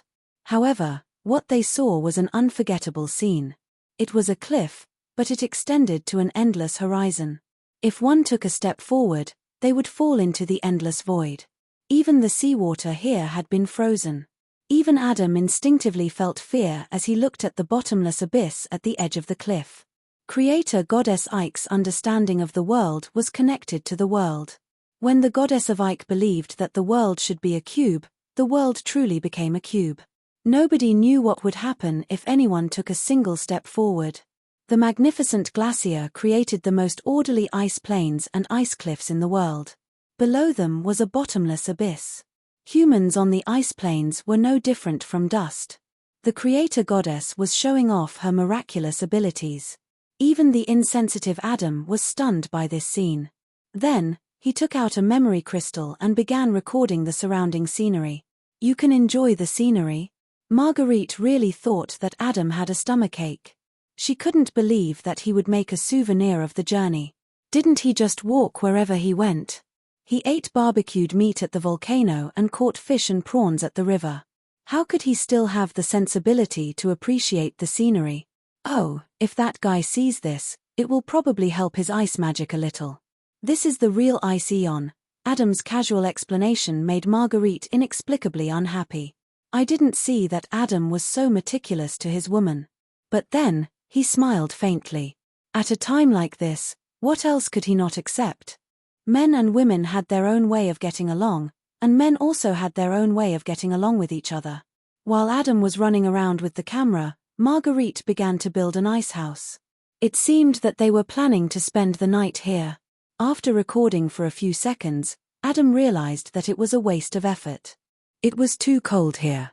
The memory crystal only worked for a few seconds before it shattered. Since there was no path ahead, he hesitated whether he should take advantage of the fact that the sky wasn't dark yet and suggest to return as soon as possible. However, he felt that it was somewhat meaningless. He had worked so hard to get here, only to have to turn back. Hey, what is this?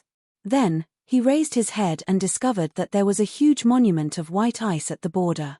The top of the huge ice monument extended all the way into the clouds, but he didn't see it at all when he was far away. Only when he was close to the border of this world could he not ignore such an existence. It was very mysterious. This place is the end of the world, and there is no path ahead. However, in order to commend the brave ones who saw this monument for their fearlessness and sacrifice, and for the fearless ones to not take the boring path back, you can engrave your name and destination on the monument. You can engrave your name and destination on the monument, and I will use my supreme authority to send you there immediately. On the huge monument, other than the strange message, there were only 2 names left at a position about 1 meter high. The strange inscription on the monument and the lack of other people's messages made people suspect that this was a boring prank. However, the inscription on the monument was clearly written in an unknown language. Even an uncouth person like Adam could understand it. It was obviously a little strange.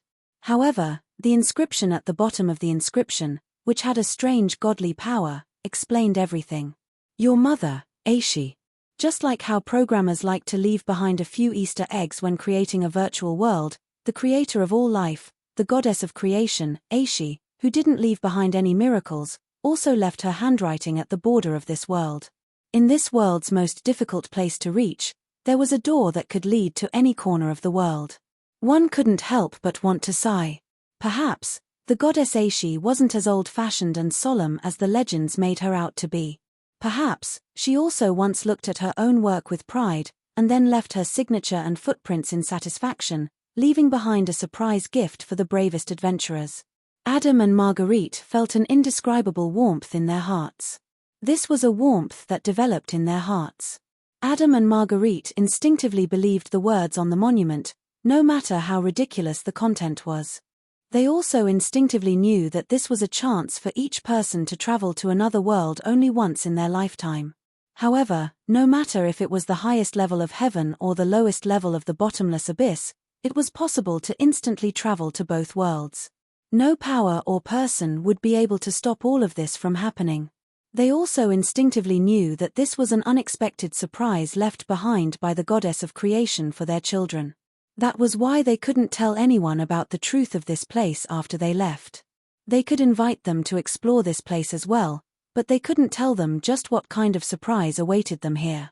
Without reaching this final step, they would never be able to see the inscription on the monument no matter what.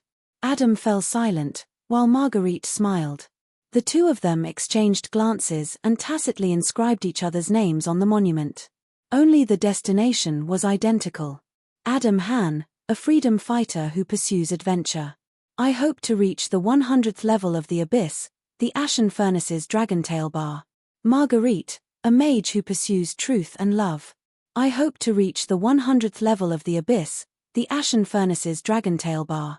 Time flashed, and the next instant, everyone in the Dragontail Bar's main hall stared in astonishment at the 2 people who suddenly appeared. The 2 of them exchanged glances. Adam laughed out loud, while Marguerite covered her mouth and smiled faintly. This was truly a pleasant surprise, a warm little gift that made everyone happy. The 2 of them looked at the bar in their memories. Demons and ghosts were still gathered there. The one-eyed succubus lady boss stared at them dumbfoundedly. Everything seemed to be the same as before, except for a familiar female voice that suddenly interrupted the two's joyous time. "Idiot Adam, Sister Marguerite, why are you only here now? I've been waiting for almost a month." A familiar person was already waiting for them at the familiar table. At this time, he was holding a glass of orange cocktail and looking at them proudly. Everyone else had already arrived at the gathering location. A certain summoner was still in the desert, enjoying the pleasant surprise of a disaster.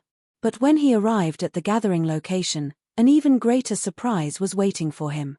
If one had to find out who was the first to arrive and had chosen the best path with great care, yet was still the last to arrive, apart from Roland's despair-inducing luck stat, the only explanation would be the world's evil will.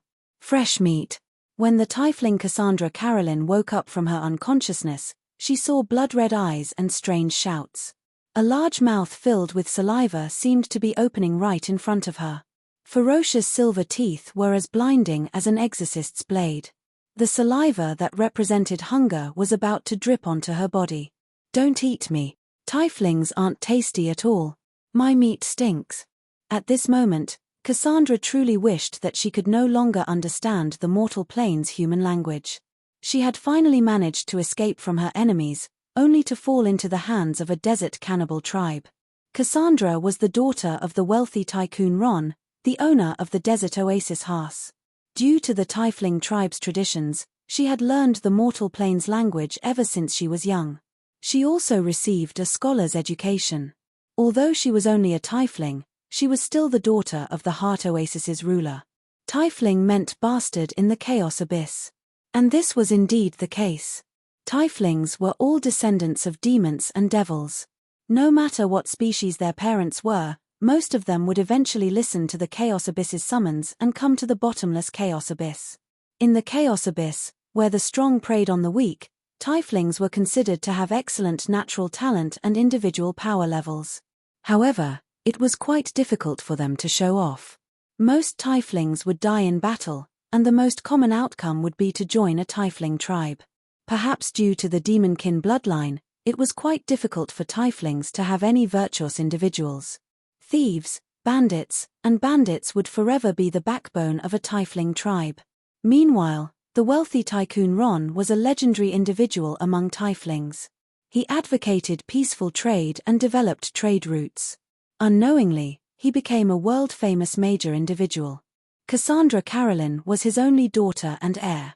She was also the most beautiful flower in the Zinta Desert. She was known as the most beautiful Black Pearl. Currently, Black Pearl Carolyn had an expression of fear. Apart from the cannibals who were jumping up and down in excitement, the black-masked and black-caped assassins had finally surrounded her. The assassins unsheathed their swords and scimitars.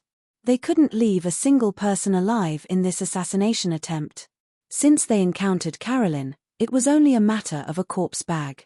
Suddenly, the cannibal who was currently going through Carolyn's corpse bag started laughing. His laughter was filled with delight and insanity. He happily looked at the assassins around him and couldn't stop drooling, as if he was looking at a feast. More meat. Fresh meat. Chapter 584. People in our line of work should have realized this long ago. It's impossible to avoid getting your feet wet if you always walk by the river. The old tiefling assassin spoke to the young assassin with a sigh and calm expression. It was as if he had already seen through life and death. Meanwhile, in the background, there were two tiefling assassins tied to pillars. "It doesn't matter to you, old man. I'm still young, and I'm not married yet." The young assassin was unwilling to accept being instantly defeated on his first mission. Not only had he been defeated without even seeing his opponent's attack since there was a difference in power levels, he had also been eaten by an ogre. His soul probably wouldn't even be able to rest in peace, and he probably wouldn't be able to return to the embrace of the great demon god Spac. Meanwhile, I was currently gulping down the jerky that I had worked so hard to obtain as I spoke in a muffled voice.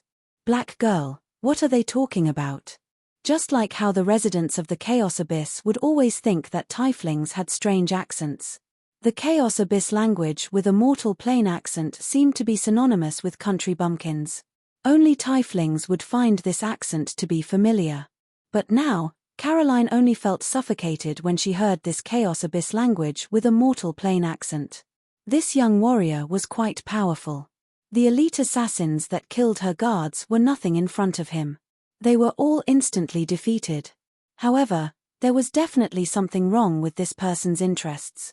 Caroline was clearly quite famous, but he didn't even look at her. He even started taking off the pants of the male assassins. Cough, cough, don't misunderstand. Roland was searching for food. The snacks that Caroline had on her wouldn't even be enough to fill his teeth. He then explained that he was a traveler who had met with misfortune.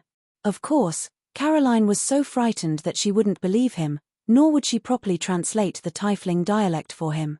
She directly told the assassins about the word ogre, causing them to be on edge as they waited for the moment that they would be able to eat at Caroline's table. I had a headache now. I could speak the Chaos Abyss language, but the Tiefling dialect had a lot of retroflex sounds. Only demon descendants with curved tongues would be able to speak it well. It had nothing to do with magic, so I didn't know how to speak it at all. However, I learned from their conversation that there were many species living together in the 102nd level of the Chaos Abyss. Tieflings were the largest species here. Since this level was far too vast, there was no unified Chaos Abyss Lord here. There were more than 10 Chaos Lords here that maintained a subtle balance. Meanwhile, this little girl who had accidentally peed herself and was pretending that nothing had happened seemed to be the daughter of a Tiefling Chaos Lord. Not only that, her territory seemed to be quite close to where I was. In that case, it was quite clear what I needed to do. I followed the little girl to her territory, got some supplies and a map, and then looked for a guide. It would be best if there was a teleportation gate that led directly to the 100th floor, but if there wasn't, climbing one more floor wouldn't be too scary. No, as a member of the Caroline family, how can you bring an unknown person to our oasis? I was a little speechless. Girl, I just saved you. How could you turn your back on me so quickly? Girl, do you still hold a grudge for scaring you just now? Fine, give me a direction, and I'll find it myself. However, the dark-skinned, red-haired female Tiefling fell silent. After a while, she said something to the assassin hanging on the rack. The assassin quickly replied with a few words, as if they were arguing about something. As they talked, the Tiefling kept glancing in my direction. Even though I didn't understand the Tiefling dialect, I was able to guess what the Tiefling was trying to say. Girl, don't tell me that you don't even know where your home is. All right then, her dark-skinned face completely flushed red. Even her little tail seemed to have no energy left in it at all. It would seem that this little girl's skin was truly quite thin. I felt rather helpless. My growling stomach reminded me that the amount of dry food that a kind-hearted person gifted to me was still far from enough. I needed to hurry and continue on my way. 20 minutes later, such a scene appeared in the desert. I urged Milady to go on her way, while Milady led a group of black-caped assassins to lead the way. Just now, Milady and the assassins had reached an agreement. When we arrived at our destination, she would release all the young assassins apart from the leader. Milady and the assassins swore in the name of the great demon god Spak that they would abide by the rules of the experiment. Tieflings wouldn't dare to violate such an agreement. Since this was the mortal plane where so many Tiefling tribes resided, I also revealed some of my demonized traits in order to avoid trouble. For example, I revealed the original Sin demon god's demon wings, dragon scales, dragon claws, and other demonized traits that would be easily mistaken for others. And so, in their eyes, I was probably an unfortunate individual who was summoned by the Chaos Abyss. No matter if it was the assassins or Milady, they all had rather sympathetic expressions as they looked at me. There were countless Tiefling compatriots who were trapped by the Chaos Abyss's bloodline every year. They believed that they were returning to their home and family, but what they actually received was a completely different hell. Actually, you could have completely hidden your demonized traits. There's no need for you to come to the Chaos Abyss.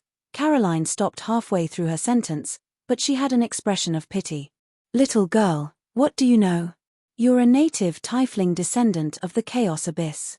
How could you possibly know about the unstoppable power of the Chaos Abyss's bloodline? A powerful Tiefling who was capable of casually hiding his demonized traits would obviously be able to control his own bloodline. Such an existence would have a very high status in the tiefling tribe. And so, I casually agreed to Spak's demon god's oath, promising that I wouldn't do anything harmful to the oasis or the tiefling tribe. However, I actually didn't think much of it. The great demon god Spak's oath is unbreakable. Even if Spak appears in front of me right now, I'll still be able to say whatever I want. Although the great demon god Spak's title sounded quite frightening, the evil god Spak wasn't really an amazing individual at all. It was indeed quite amazing for a half-blood tiefling to ascend to the divine throne and obtain the divine concept of tiefling's protector. But in the entire universe, Spak would only be the ruler of the 245th level of the Chaos Abyss, a weak god with very few believers. His personal combat strength wouldn't be high, and he didn't have any special abilities or powerful allies. In fact, he wouldn't even be able to completely control his own level of the Chaos Abyss. The incarnations he sent out would always be killed by others, causing his power level to decrease. It could be said that he was an extremely failed weak god. But to tieflings, Spak was the greatest existence of all. Their faith in him was even higher than that of the main gods. This was because of the tieflings' special status. They were usually viewed as bastards by high-level existences of the Chaos faction. Some tieflings were descendants of demons, devils, and even evil gods. More than 90% of tieflings lived in the mortal plane. That's right, more than 90%. It could be said that the great majority of tieflings had once been residents of the mortal plane. They had dark skin, brown skin, special magical characteristics, and the stench of sulfur on their breath. Every tiefling's magical characteristics were different. The most common and obvious characteristics would be various horns and curved tails. Such magical characteristics couldn't be too obvious. Just looking at their physical characteristics, tieflings were similar to succubi. However, tieflings were much weaker and easier to fool. That was why many devils and demon lords kept tieflings as playthings. There were many reasons why tieflings would appear. Some evil god or devil lord would descend in the mortal plane, steal a physical body, transform into a demon, and leave behind a descendant. Some devils or demon armies would do evil by conquering a certain city. Some evil cultists would organize mass demonization rituals, some evil god schemes, some witches' children, and so on.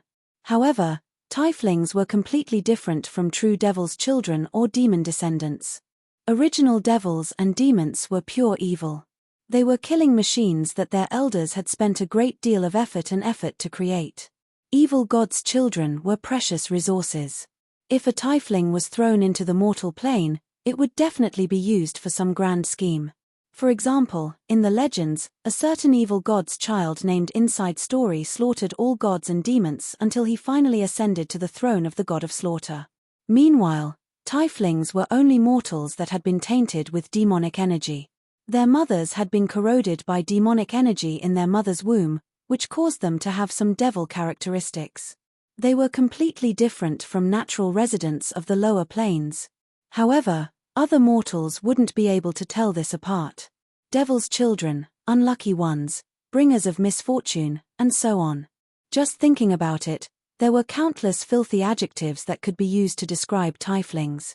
Most tieflings' mothers, most were single mothers, would even be labeled as witches or the type of person who had sex with devils. The gods' churches would never speak up for such people. Barbecuing witches wasn't something that only Earth could do. The birth of a tiefling descendant was a calamity to begin with. It would be quite difficult for tieflings' family members to have a good ending. It could be said that in the mortal plane, where everything was either black or white, most tieflings who were born with demon characteristics would have a nightmarish childhood. This wasn't only for the tieflings themselves, but also for their family members. And for the tieflings, this was only the beginning of their nightmare. Most tieflings would be unable to hide their demonized characteristics. They could think of ways to hide their horns and tails, but their skin color would be fatal. If a tiefling wanted to survive among humans, they would have to wear a mask and cloak for the rest of their lives. Not only would it be impossible for them to find a proper job or establish social relations, even if they dropped their cloak while passing through a city, it was highly likely that they would be burned to death by a mob.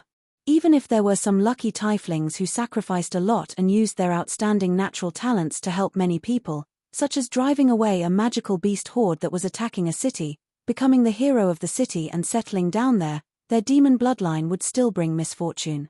It was highly likely that a long drought, an unstoppable natural disaster, or a sudden arrival of a divine job class member would cause the tiefling to become the bringer of misfortune and a schemer. The tiefling would then have to leave the mortal plane. If a tiefling walked through the mortal plane, no matter what they did, they would always be on guard and on guard. Yet, this type of prejudice couldn't be said to be completely wrong. Part of the tiefling's bloodline from the lower planes would make them impatient, easily angered, greedy, and lustful. Meanwhile, the tiefling's minor magic, such as invisibility, teleportation, and night vision abilities, were quite convenient when doing evil deeds. Their ugly and evil appearances made it quite difficult for tieflings to find a proper job. Due to the prejudice of outsiders and the tieflings' powerful natural talents, compared to humans, it was quite normal for tieflings to go down the wrong path. Robbers, thieves, and assassins would forever be the most popular jobs for tieflings. Even in the chaotic underground world, there were quite a few tieflings. Tieflings' long lifespans meant that no matter what the process was like, they would definitely experience the warmth and coldness of the human world. Their loved ones would die, and they would have no one to miss. Some scholars even suggested that the great majority of tieflings would answer the summons of the Chaos Abyss and enter the Chaos Abyss. This wasn't simply because they were unable to resist the summons of their bloodline. It was because they had already despaired of human society in the mortal plane. And even if tieflings entered the Chaos Abyss wasn't a good place to begin with. Pure demons viewed tieflings as nothing more than weaklings and playthings. Tieflings were nothing more than entering a deeper level of hell. In contrast, the descendants of the gods of chaos had the noble title of Asmo, which implied nobility. Asmo had different colored eyes, special golden skin, metallic hair, and a faint glow around them. However, it was quite easy for tieflings to find a job in a certain church or church. It would only be a matter of time before they became higher-ups in a church. And when they went out adventuring, they would mysteriously gain the trust and admiration of ordinary people. It would be far too easy for them to become celebrities and idols. Strictly speaking, angel bloodlines were also a type of Asmo. The treatment I received in the Bardi Empire back then was the best evidence. Of course, such treatment naturally made many tieflings feel uneasy, but I have to say, if the remnants of the previous dynasty want to compare their treatment to the second or third generation of the current dynasty, they should first ask their father in power if he agrees. Cough. I seemed to have accidentally said too much. Getting back to the main topic, the reason why countless tieflings devoutly believed in him was because the great demon god Spak had made a grand vow to save tieflings like himself. Spak had performed many miracles in the mortal plane, sending out incarnations and god envoys to save his own tieflings. However, the Order gods had chased him around like dogs. Perhaps this was rather unreliable, but for tieflings who had been oppressed by other species, the existence of a guardian god was already excellent news. The tieflings greatly respected and believed in the great demon god Spak, far more than any other species. Naturally, Spak's status among the tieflings was also greatly improved. There was a reason why I knew so much about tieflings. Strictly speaking, back when Eliza had been demonized in the river Styx, she had also been a tiefling. For a long time, she had been a pure tiefling. And, since the underground world was a land of exiles from the surface world, the tieflings numbered about as many as all the other countries combined. However, Eliza had received far too much favor from the Chaos Abyss. In the end, she had been demonized too much and became a half-demon. With a single thought, she could demonize even more deeply and become a true demon at any time. She was basically the daughter of the Chaos Abyss. Don't think that transforming into a demon would be easy. For tieflings who had given up on being human, there would be a price to pay in order to transform into a demon. Since the tieflings had enough power, they would need to at least obtain the pure bloodline of a powerful demon or devil. This meant that they would need to make the residents of the lower planes bleed greatly. This was no easy task. Now that I thought about it, since the Chaos Abyss had its own will, that meant that the Chaos Abyss favor was equivalent to Cynthia's favor. Since Cynthia had always been looking after Eliza, that meant that she had also been watching over us. It would seem that there were still many hidden secrets from the past. Perhaps Eliza had been Cynthia's hidden nail and ticking time bomb. She would be able to trap us at a critical moment. Shouldn't I thank Cavendish for tricking Cynthia? Otherwise, this would have been truly troublesome. Desert areas were quite hot during the day and quite cold at night. However, this wasn't a desert in the mortal plane. There were 3 suns in the sky, and it was said that a single night would last less than 2 hours. Just this alone made people feel like they had entered a living hell. Not long ago, I had been in a damp and dark swamp. Now, I was in a sunny desert. The tremendous difference in temperature was indeed quite uncomfortable. TSK, this should be fine. There are many places in the Chaos Abyss that are far worse than this. As far as I could remember, this wasn't much at all. Some Chaos Abyss plains were filled with deadly poisonous gas. Some Chaos Abyss plains were filled with flames and oceans. Some Chaos Abyss plains didn't even have air. There were only sandstorms everywhere. These Chaos Abyss plains' living environments were already quite good. At the very least, they were much better than the Earth Elemental Plane. When I thought about the Earth Elemental Plane, I suddenly recalled a certain existence whose name I couldn't say. Suddenly, an ominous premonition appeared in my heart. No way, I didn't call that guy over. At this moment, after passing several hills, the brightest pearl in the 102nd level of the Chaos Abyss, the Heart Oasis, appeared before us. Chapter 585. Heart, the capital of Yellow Sand, was the only oasis in the surrounding several thousand kilometers. Heart was the only oasis for all 3 major trade routes that crossed the desert. It was truly a golden route. It was impossible to tell how much it would cost to pass through Heart every year. Previous rulers of the Yellow Sand capital had done this as well. But after the magnate Ron took over the city, he reduced the taxes to 0. While the income from the taxes was greatly reduced, more than 10 times the number of merchant caravans came to Heart. Soon, this foolish policy became known as the reason why the Yellow Sand capital was able to flourish. Perhaps some people would say that this was just a simple strategy. However, there were many times when a good policy would end up being bad. What failed wasn't creativity, but execution. In order to truly benefit from this policy, I would also need to get rid of all the other factors that prevented merchant caravans from coming to Heart. I would need to eliminate bandits, attack competitors, regularly eliminate magical beasts, and establish resting spots in the desert. None of these would be easy tasks. On my way here, I had already heard Cassandra boast about her father's great achievements. However, this city didn't seem as friendly as she described it to be.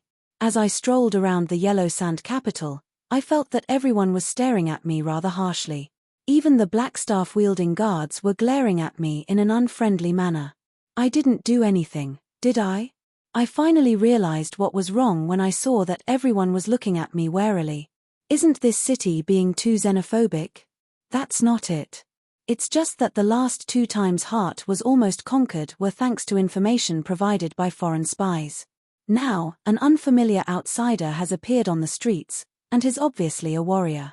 Even though Cassandra Carolyn had entered her own city, she still wrapped herself in a thick cloak as if she was hiding from something. Then why wasn't I interrogated when I entered? That's because the other few times when Heart was attacked from both inside and outside, the scouts were all local tieflings. Those tieflings finally discovered that tieflings don't have much loyalty as long as they pay a good price. Tieflings are much cheaper than scouts from other tribes. Alright then, I could pretty much guess why Cassandra Carolyn was still hiding even after entering her own city. Was she worried that the spies still hadn't given up on her? In other words, she didn't believe that the ordinary city guards could protect her. However, being stared at like this wasn't a good thing either. After I turned a corner, 2 dragon horns appeared on my head and a pair of dragon wings appeared on my back. I also let off some of the aura of the Chaos Abyss. Instantly, the guards' defensive gazes disappeared. However, why did the appearance of this creature, which had a pair of blindfolded eyes, a pair of wings on its back, and 2 horns on its head, seem so familiar? I really wanted to make an old joke about how you're all seeking your own death, but I felt like I was getting bored of it. Besides, it seemed like nobody here understood what I was seeing. Adventurer, can you send me home? My family should be looking for me. They will reward me handsomely. Blinking her eyes, Cassandra tried to recall her etiquette teacher's lesson on diplomacy. She wanted to use her most sincere words to invite Mr. Blind Ogre to visit her home, but in fact, she was cursing in her heart. You actually scared me to the point of peeing. You actually dared to scare a lady. See how my father will deal with you. She wouldn't go so far as to repay kindness with evil, but if she didn't find a chance to take revenge, Caroline, who had always had a smooth sailing life, would feel wronged. No, it's too troublesome. Where's the most famous tavern, bar, and restaurant in this area? Even without seeing the red-haired girl's flashing eyes, I knew what she was planning to do. Based on her personality, it could range from a harmless yet disgusting naughty child's prank to a vile attempt to kill someone to keep them quiet. I refused, not because I was afraid of this girl, but rather because it was better to avoid unnecessary trouble. Yep, it definitely wasn't because I was so hungry that I didn't want to move. How could these ordinary restaurants possibly compare to my family's? My family's chef is a super chef hired from the most famous restaurant in Shayla Rain City. All of my food is purchased from thousands of kilometers away. Yep, I'll go. In front of my stomach, I would rather not care about my face or anything like that. Suddenly, an evil wind attacked me. I couldn't help but shiver as if some vicious beast was staring at me. I suddenly raised my head to see a figure in the sky that I had just met 2 days ago. Lasnina. Compared to a week ago, Lasnina seemed rather disheveled. The thick dark bags under her eyes indicated that she had been suffering from insomnia for a long time. Her long hair was messy and uncombed, and her originally beautiful appearance had been reduced yet again. The bandages and bloodstains on her body indicated that she was still unable to break free from the effects of the stare of the Hell God. Perhaps this was also why she was unable to sleep peacefully. Damn it, did I waste too much time in the desert? I didn't believe that I had been followed. No matter how profound a prophecy spell was, it would be impossible for her to find any traces of me in the river of fate. Tracking my footprints in the desert would be even more of a joke.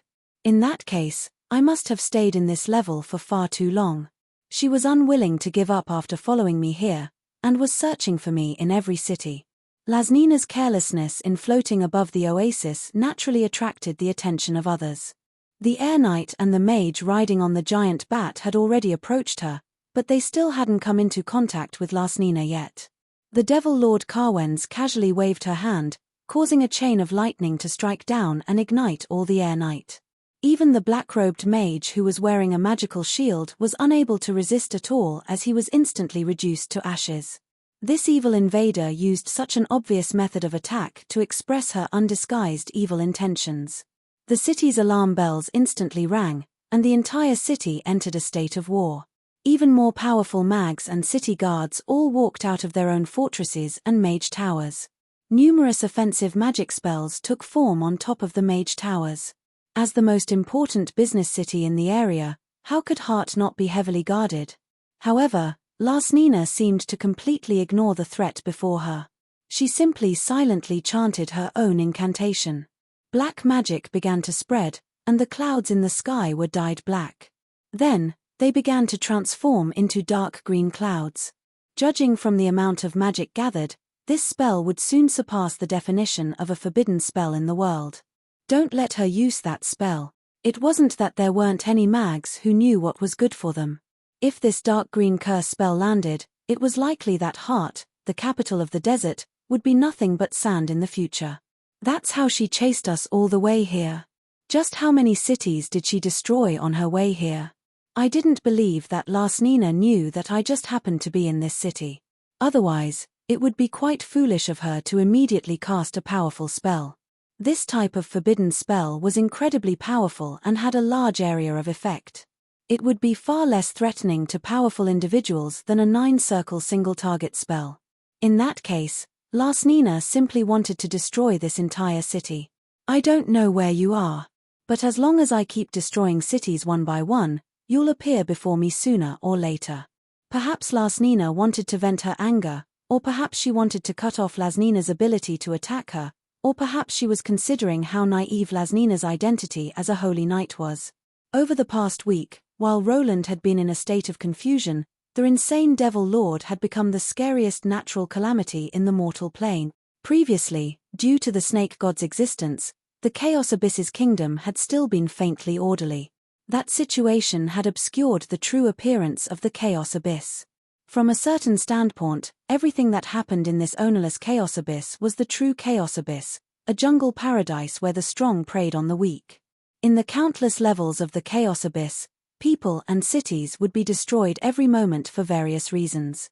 Oftentimes, the lives and deaths of the weak would be nothing more than a form of entertainment for the strong. Curse her. My lord, please have mercy and spare us. Why? Why is this happening?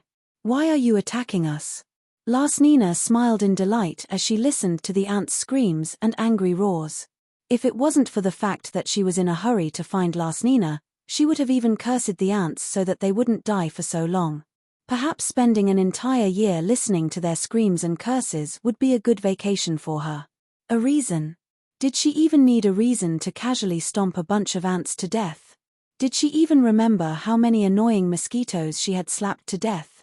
Perhaps some people would despise the existence of order. But when even the most basic order no longer existed, when there were no restrictions on those who possessed martial power, and when the strong didn't believe that the weak were the same kind of existence, it was only natural that anything could happen. A large-scale massacre? Was it possible to find a witness for something that didn't happen? Everyone had died. That meant that the dead couldn't testify.